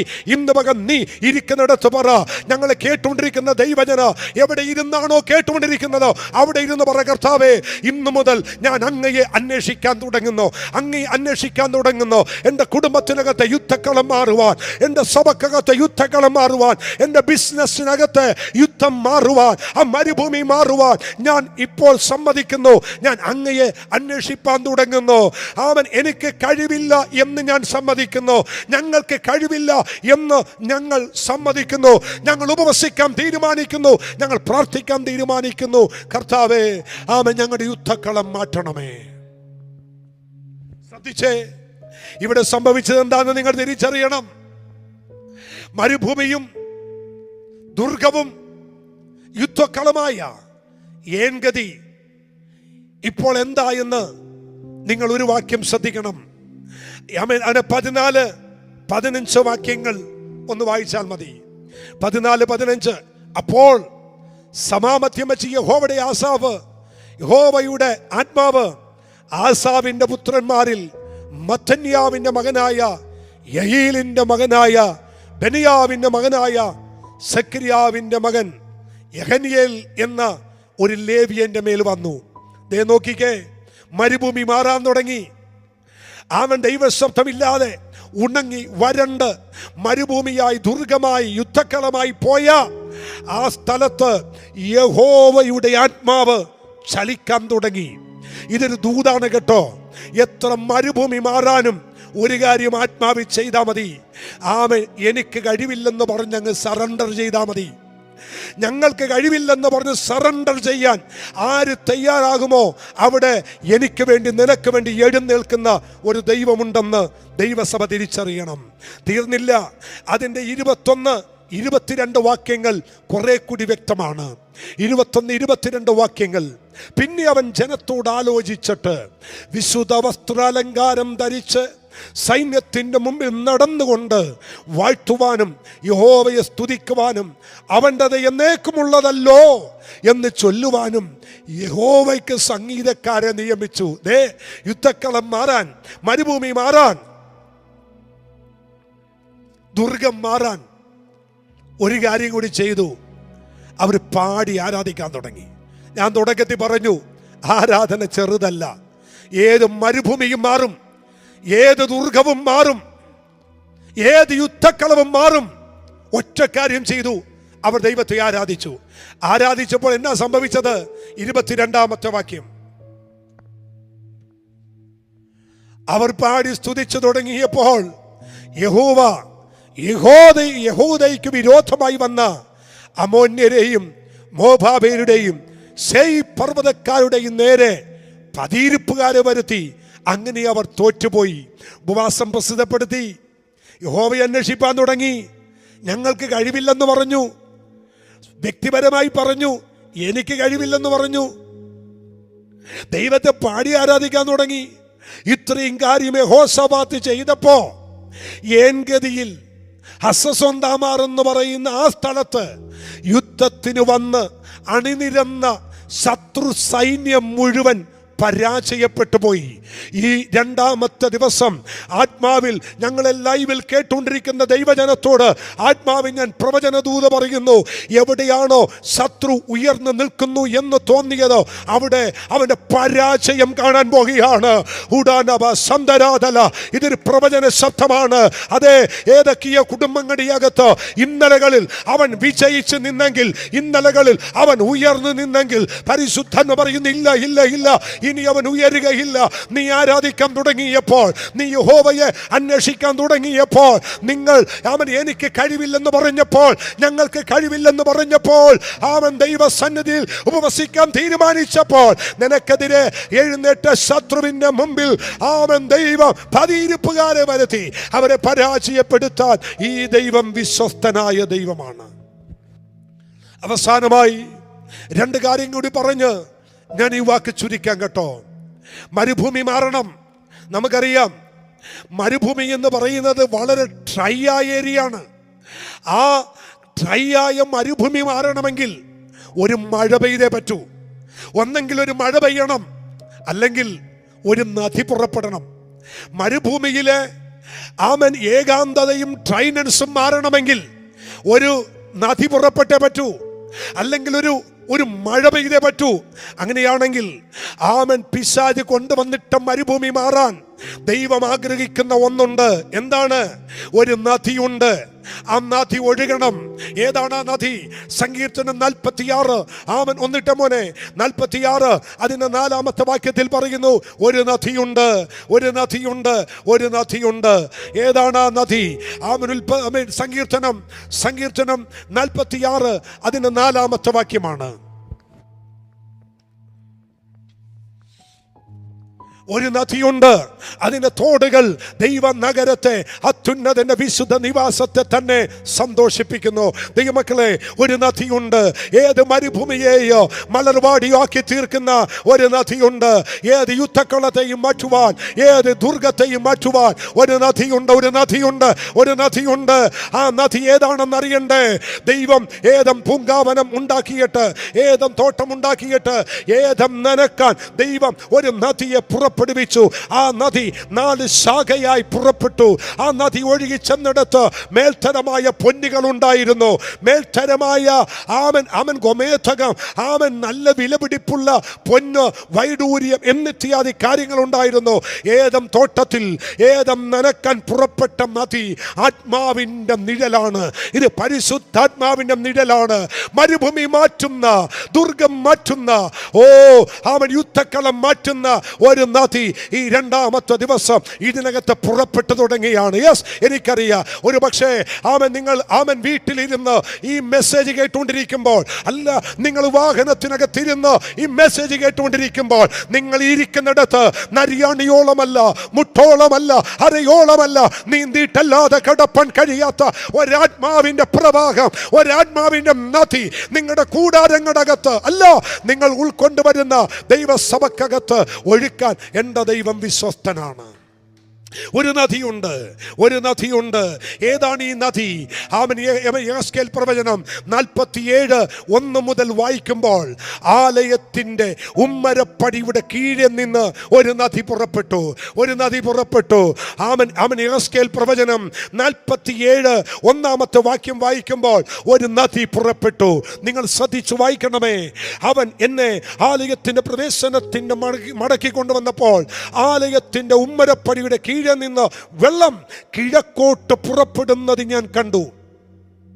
സൗരങ്ങളെ, ഈ വാക്യം വായിക്കുമ്പോൾ ഒരു പ്രവചനം കൂടി പറയാം കേട്ടോ, ഒരു പ്രവചനം കൂടി പറയാം. ഈ ആലയത്തിന്റെ കിഴക്കോട്ട് പോകുന്ന വെള്ളം എങ്ങോട്ടാ പോകുന്നറിയാമോ? ആലയത്തിന്റെ കിഴക്ക്, യെരുശലേമിന്റെ കിഴക്ക് വസിക്കുന്നത് ആരാണെന്ന് അറിയണ്ടേ? അവിടെ താമസിക്കുന്ന ജാതികളാണ്. ഇസ്രായേലിന്റെ കിഴക്ക് പാർക്കുന്നത് ജാതികളാണ്, വിജാതീയരാണ്. ആമേൻ. അമോന്യർ, മിഥ്യാന്യർ, കിഴക്ക് ദേശക്കാർ. അവൻ കിഴക്ക് ദേശക്കാർ എന്ന് പറയുന്നത് ജാതികളാണ്.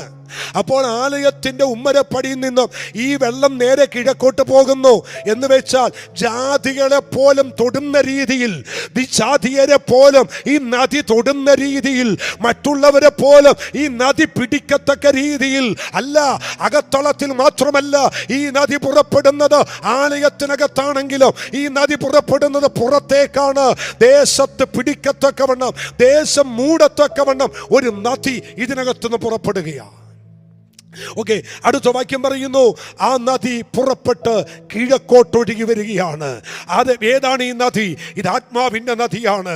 അതുകൊണ്ടാണ് ദൈവത്തിന്റെ വചനത്തിനകത്ത് യോഹന്നാന്റെ സുവിശേഷം 7-ാം അധ്യായം അതിന് 37-ാം വാക്യം പറയുന്നു, ഉത്സവത്തിന് മഹാദിനമായ ഒടുക്കത്തെ നാളിൽ യേശു നിന്നുകൊണ്ട് വിളിച്ചു പറയുന്നു, ദാഹിക്കുന്ന ഏവനും എൻ്റെ അടുക്കൽ വരട്ടെ. തിരുവെടുത്ത് പറയുന്ന പോലെ ജീവജലത്തിന്റെ നദികൾ പുറപ്പെട്ടു വരും, ജീവജലത്തിന്റെ നദികൾ പുറപ്പെട്ടു വരും. ഏതാണ് ആ നദി? ഞാൻ ഒന്നുകൂടി പറയുക, ഏതാണ് ആ നദി? നിങ്ങളുടെ മരുഭൂമി മാറ്റാൻ, നിങ്ങളുടെ ദുർഗങ്ങളെ മാറ്റാൻ, നിങ്ങളുടെ യുദ്ധക്കളം മാറ്റാൻ, ഒരു മരുഭൂമിയിൽ ഒരു യുദ്ധക്കളത്തിൽ ഒരു നദി പുറപ്പെടുന്നുണ്ട്. ആ നദി ഏതാണെന്നറിയണ്ടേ? ഇത് ആത്മാവിന്റെ നദിയാണ്, ഇത് പരിശുദ്ധാത്മാവിന്റെ നദിയാണ്. ഈ നദി പുറപ്പെടാൻ തുടങ്ങിയാൽ ഒരിക്കലും ദുഷ്ടപിശാചിന് നിങ്ങളെ ഒന്നും ചെയ്യുവാൻ കഴിയത്തില്ല, ദുഷ്ടവ്യാപാരങ്ങൾക്ക് നിങ്ങളെ ഒന്നും ചെയ്യുവാൻ കഴിയത്തില്ല. ഹല്ലേലൂയ. ദൈവമക്കളെ, ഈ നദി ഒഴുകിയാലുള്ള പ്രത്യേകത എന്നാണെന്നറിയാമോ? ദൈവത്തിന്റെ വചനം പറയുന്നു, യെഹെസ്കേൽ 47:10 പറയുന്നു, ഈ നദി ഒഴുകി ചെല്ലുന്നിടത്ത് ധാരാളം മത്സ്യങ്ങൾ ഉണ്ടായി. അവിടുത്തെ മത്സ്യങ്ങൾ ഏറ്റവും വിലപിടിപ്പുള്ളതായിരുന്നു. അവിടുത്തെ മത്സ്യങ്ങൾ ഏറ്റവും വലിയ മത്സ്യങ്ങളായിരുന്നു. ഈ നദി ചെന്നിടത്ത് വലിയ മത്സ്യങ്ങൾ ഉണ്ടായിരുന്നു. അവസാനം നമ്മൾ വായിക്കുന്നത്, ഈ നദി ഒഴുകി ചെല്ലുന്നിടത്ത് വെള്ളം പഥ്യമായി തീർന്നു. ആത്മനദി ഒഴുകി ചെല്ലുന്നിടത്ത് മത്സ്യങ്ങൾ ഉണ്ടാകും, വലിയ മീനുകൾ ഉണ്ടാകും. എന്താണ് മീനിനെ കാണിക്കുന്നത്? മീനിനെ കാണിക്കുന്നത് ആത്മാക്കളെയാണ്. ഈ വെള്ളം ഒഴുകുന്നിടത്ത് ആത്മാക്കൾ വർദ്ധിച്ചുകൊണ്ടിരിക്കും. ഒരു മനുഷ്യനും തടുക്കാൻ കഴിയാത്തതുപോലെ ആത്മാക്കൾ ഇടിച്ചു കയറും. ഈ നദി ഒഴുകുന്നിടത്ത് ആത്മാക്കളുടെ കൂട്ടം വിടുവിക്കപ്പെടുവാനിടയാകും. ഈ നദി ഒഴുകി. ഏത് നദി? ദൈവത്തിൻ്റെ നദി. ഏതാണ് ആ ദൈവത്തിൻ്റെ നദി? ദൈവത്തിൻ്റെ ആത്മാവിൻ്റെ നദി. ഞാനിവിടെ ഈ വാക്കുകൾ അവസാനിപ്പിക്കുന്നതിന് മുമ്പ് ഒരു പ്രാവശ്യം കൂടി ആത്മാവിൽ ഞാൻ നിങ്ങളോട് ദൂത് പറയുന്നു. ആമേൻ, സ്തോത്രം. ഏൻ ഗതി എന്ന് പറയുന്ന, ഹസസോൻ താമാർ എന്ന് പറയുന്ന ജാതികളുടെ പട്ടണമായ പൈശാചിക മണ്ഡലങ്ങളാൽ നിറയപ്പെട്ട ആ പട്ടണം കുറച്ച് കഴിഞ്ഞപ്പോൾ ആട്ടിൻകുട്ടിയുടെ ഉറവയായി തീർന്ന ആ പട്ടണത്തെ യഹൂദയുടെ കയ്യിൽ ദൈവം ഏൽപ്പിച്ചു. ആരാണ് യഹൂദ? സ്തുതിക്കുന്നവനാണ് യഹൂദ. സ്തുതിക്കുന്നവന്റെ കയ്യിൽ, ആരാധിക്കുന്നവന്റെ കയ്യിൽ ഏൽപ്പിക്കപ്പെട്ട ആ പട്ടണം, ആരാധിക്കുന്നവൻ പോയപ്പോൾ, സ്തുതിക്കുന്നവൻ പോയപ്പോൾ, വെറും പ്രകടനമായി മാറിയപ്പോൾ പിശാച് ദുർഗമാക്കി, മരുഭൂമിയാക്കി, യുദ്ധക്കളമാക്കി. അത് മാറാൻ ഒറ്റ വഴിയേ ഉണ്ടായിരുന്നുള്ളൂ. ഒരു നദി പുറപ്പെടണം. ആ നദി ഏത്? തോട്ടം നനപ്പാൻ ദൈവം അയച്ച ആ നദി. ഏതാണ് ആ നദി? ആലയത്തിന്റെ ഉമ്മരപ്പടിയുടെ കീഴിൽ നിന്നും കിഴക്കോട്ടൊഴുകിയ ആത്മാവിന്റെ നദി. ആ നദിയുടെ നടുവിൽ ഒരുത്തൻ ചരടം കൊണ്ടിറങ്ങി, ഒരു പ്രവാചകൻ ചരടം കൊണ്ടിറങ്ങി. അവൻ ഓർത്തു, ഈ നദി എൻ്റെ കയ്യിലെ ചരട് കൊണ്ടും അളന്നെടുക്കാമെന്ന് കരുതി. ഒരു പക്ഷേ ഇന്ന് പകൽ ഈ ദൂതി കേൾക്കുന്ന ആരെങ്കിലും ഒന്ന് ശ്രദ്ധിച്ചേക്കണം കേട്ടോ. ആത്മാവിന്റെ നദി ഒഴുകാൻ തുടങ്ങിയാൽ ഒരിക്കലും നിനക്കൊരിക്കലും മനുഷ്യന്റെ ചരട് വെച്ച് അളന്നെടുക്കാൻ കഴിയത്തില്ല. മാനുഷിക ചരട് വെച്ച് അളന്നെടുക്കാൻ കഴിയുന്നതല്ല ആത്മാവിന്റെ നദി എന്ന് തിരിച്ചറിയണം. എനിക്കറിയാം പലരും ഇപ്പോൾ ആരാധനയ്ക്കൊക്കെ അളവ് നിയമിക്കുകയാണ്. ഇത്ര ആരാധിച്ചാൽ മതി, ഇങ്ങനെയൊക്കെ ശുശ്രൂഷ ചെയ്താൽ മതി, ശുശ്രൂഷയ്ക്കൊക്കെ ഇങ്ങനെയൊക്കെ പോയാൽ മതി. പലതും ആത്മാവിൻ്റെ നദിക്കെതിരെ മാനുഷിക ചരടും കൊണ്ട് ആളുകൾ രംഗത്ത് വരുമ്പോൾ ആത്മാവ് ഞാൻ ദൂത് പറയുക, മാനുഷിക ചരടുകൾ ഇന്ന് പകൽ യേശുവിന്റെ നാമത്തിൽ പൊട്ടിച്ചെറിയാൻ തയ്യാറാകുക. ആത്മാവിൻ്റെ നിയോഗത്തിനനുസരിച്ച് ഇറങ്ങാൻ തയ്യാറാകുക. ഒരു വലിയ ഒഴുക്ക് ദൈവം പകരാൻ പോകുന്നു. അവസാനമായി ശ്രദ്ധിക്ക്, ഈ യുദ്ധക്കളം മാറണമെങ്കിൽ ഒരു 3-4 കാര്യം ചെയ്തേ പറ്റൂ. ഒന്ന്, യഹോവയെ അന്വേഷിക്കാൻ തുടങ്ങി. 2, അവരുടെ ഉപവാസം പ്രസിദ്ധപ്പെടുത്തി. 3, ഞങ്ങൾക്ക് കഴിവില്ലെന്ന് പറഞ്ഞു. 4, എനിക്ക് കഴിവില്ലെന്ന് പറഞ്ഞു. ഇത്രയും കാര്യം ചെയ്തപ്പോ ദൈവം 10 ഇരിപ്പുകാരെ വരുത്തി.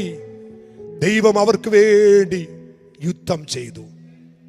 ഈ ഉപവാസത്തിന്റെ 2ാമത്തെ ദിവസം നിങ്ങൾക്ക് വേണ്ടി യുദ്ധം ചെയ്യാൻ ദൈവമാഗതനായിട്ടുണ്ട്. സൈന്യങ്ങളുടെ യഹോവയാം ദൈവം യുദ്ധസന്നാഹമായി ഇന്ന് പകൽ ഇറങ്ങി വന്നിട്ടുണ്ട്.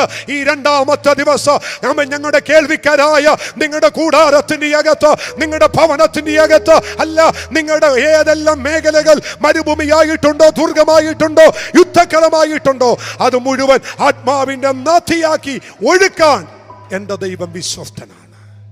നമ്മുടെ കണ്ണുകൾ ദൈവസനി അടക്കാം.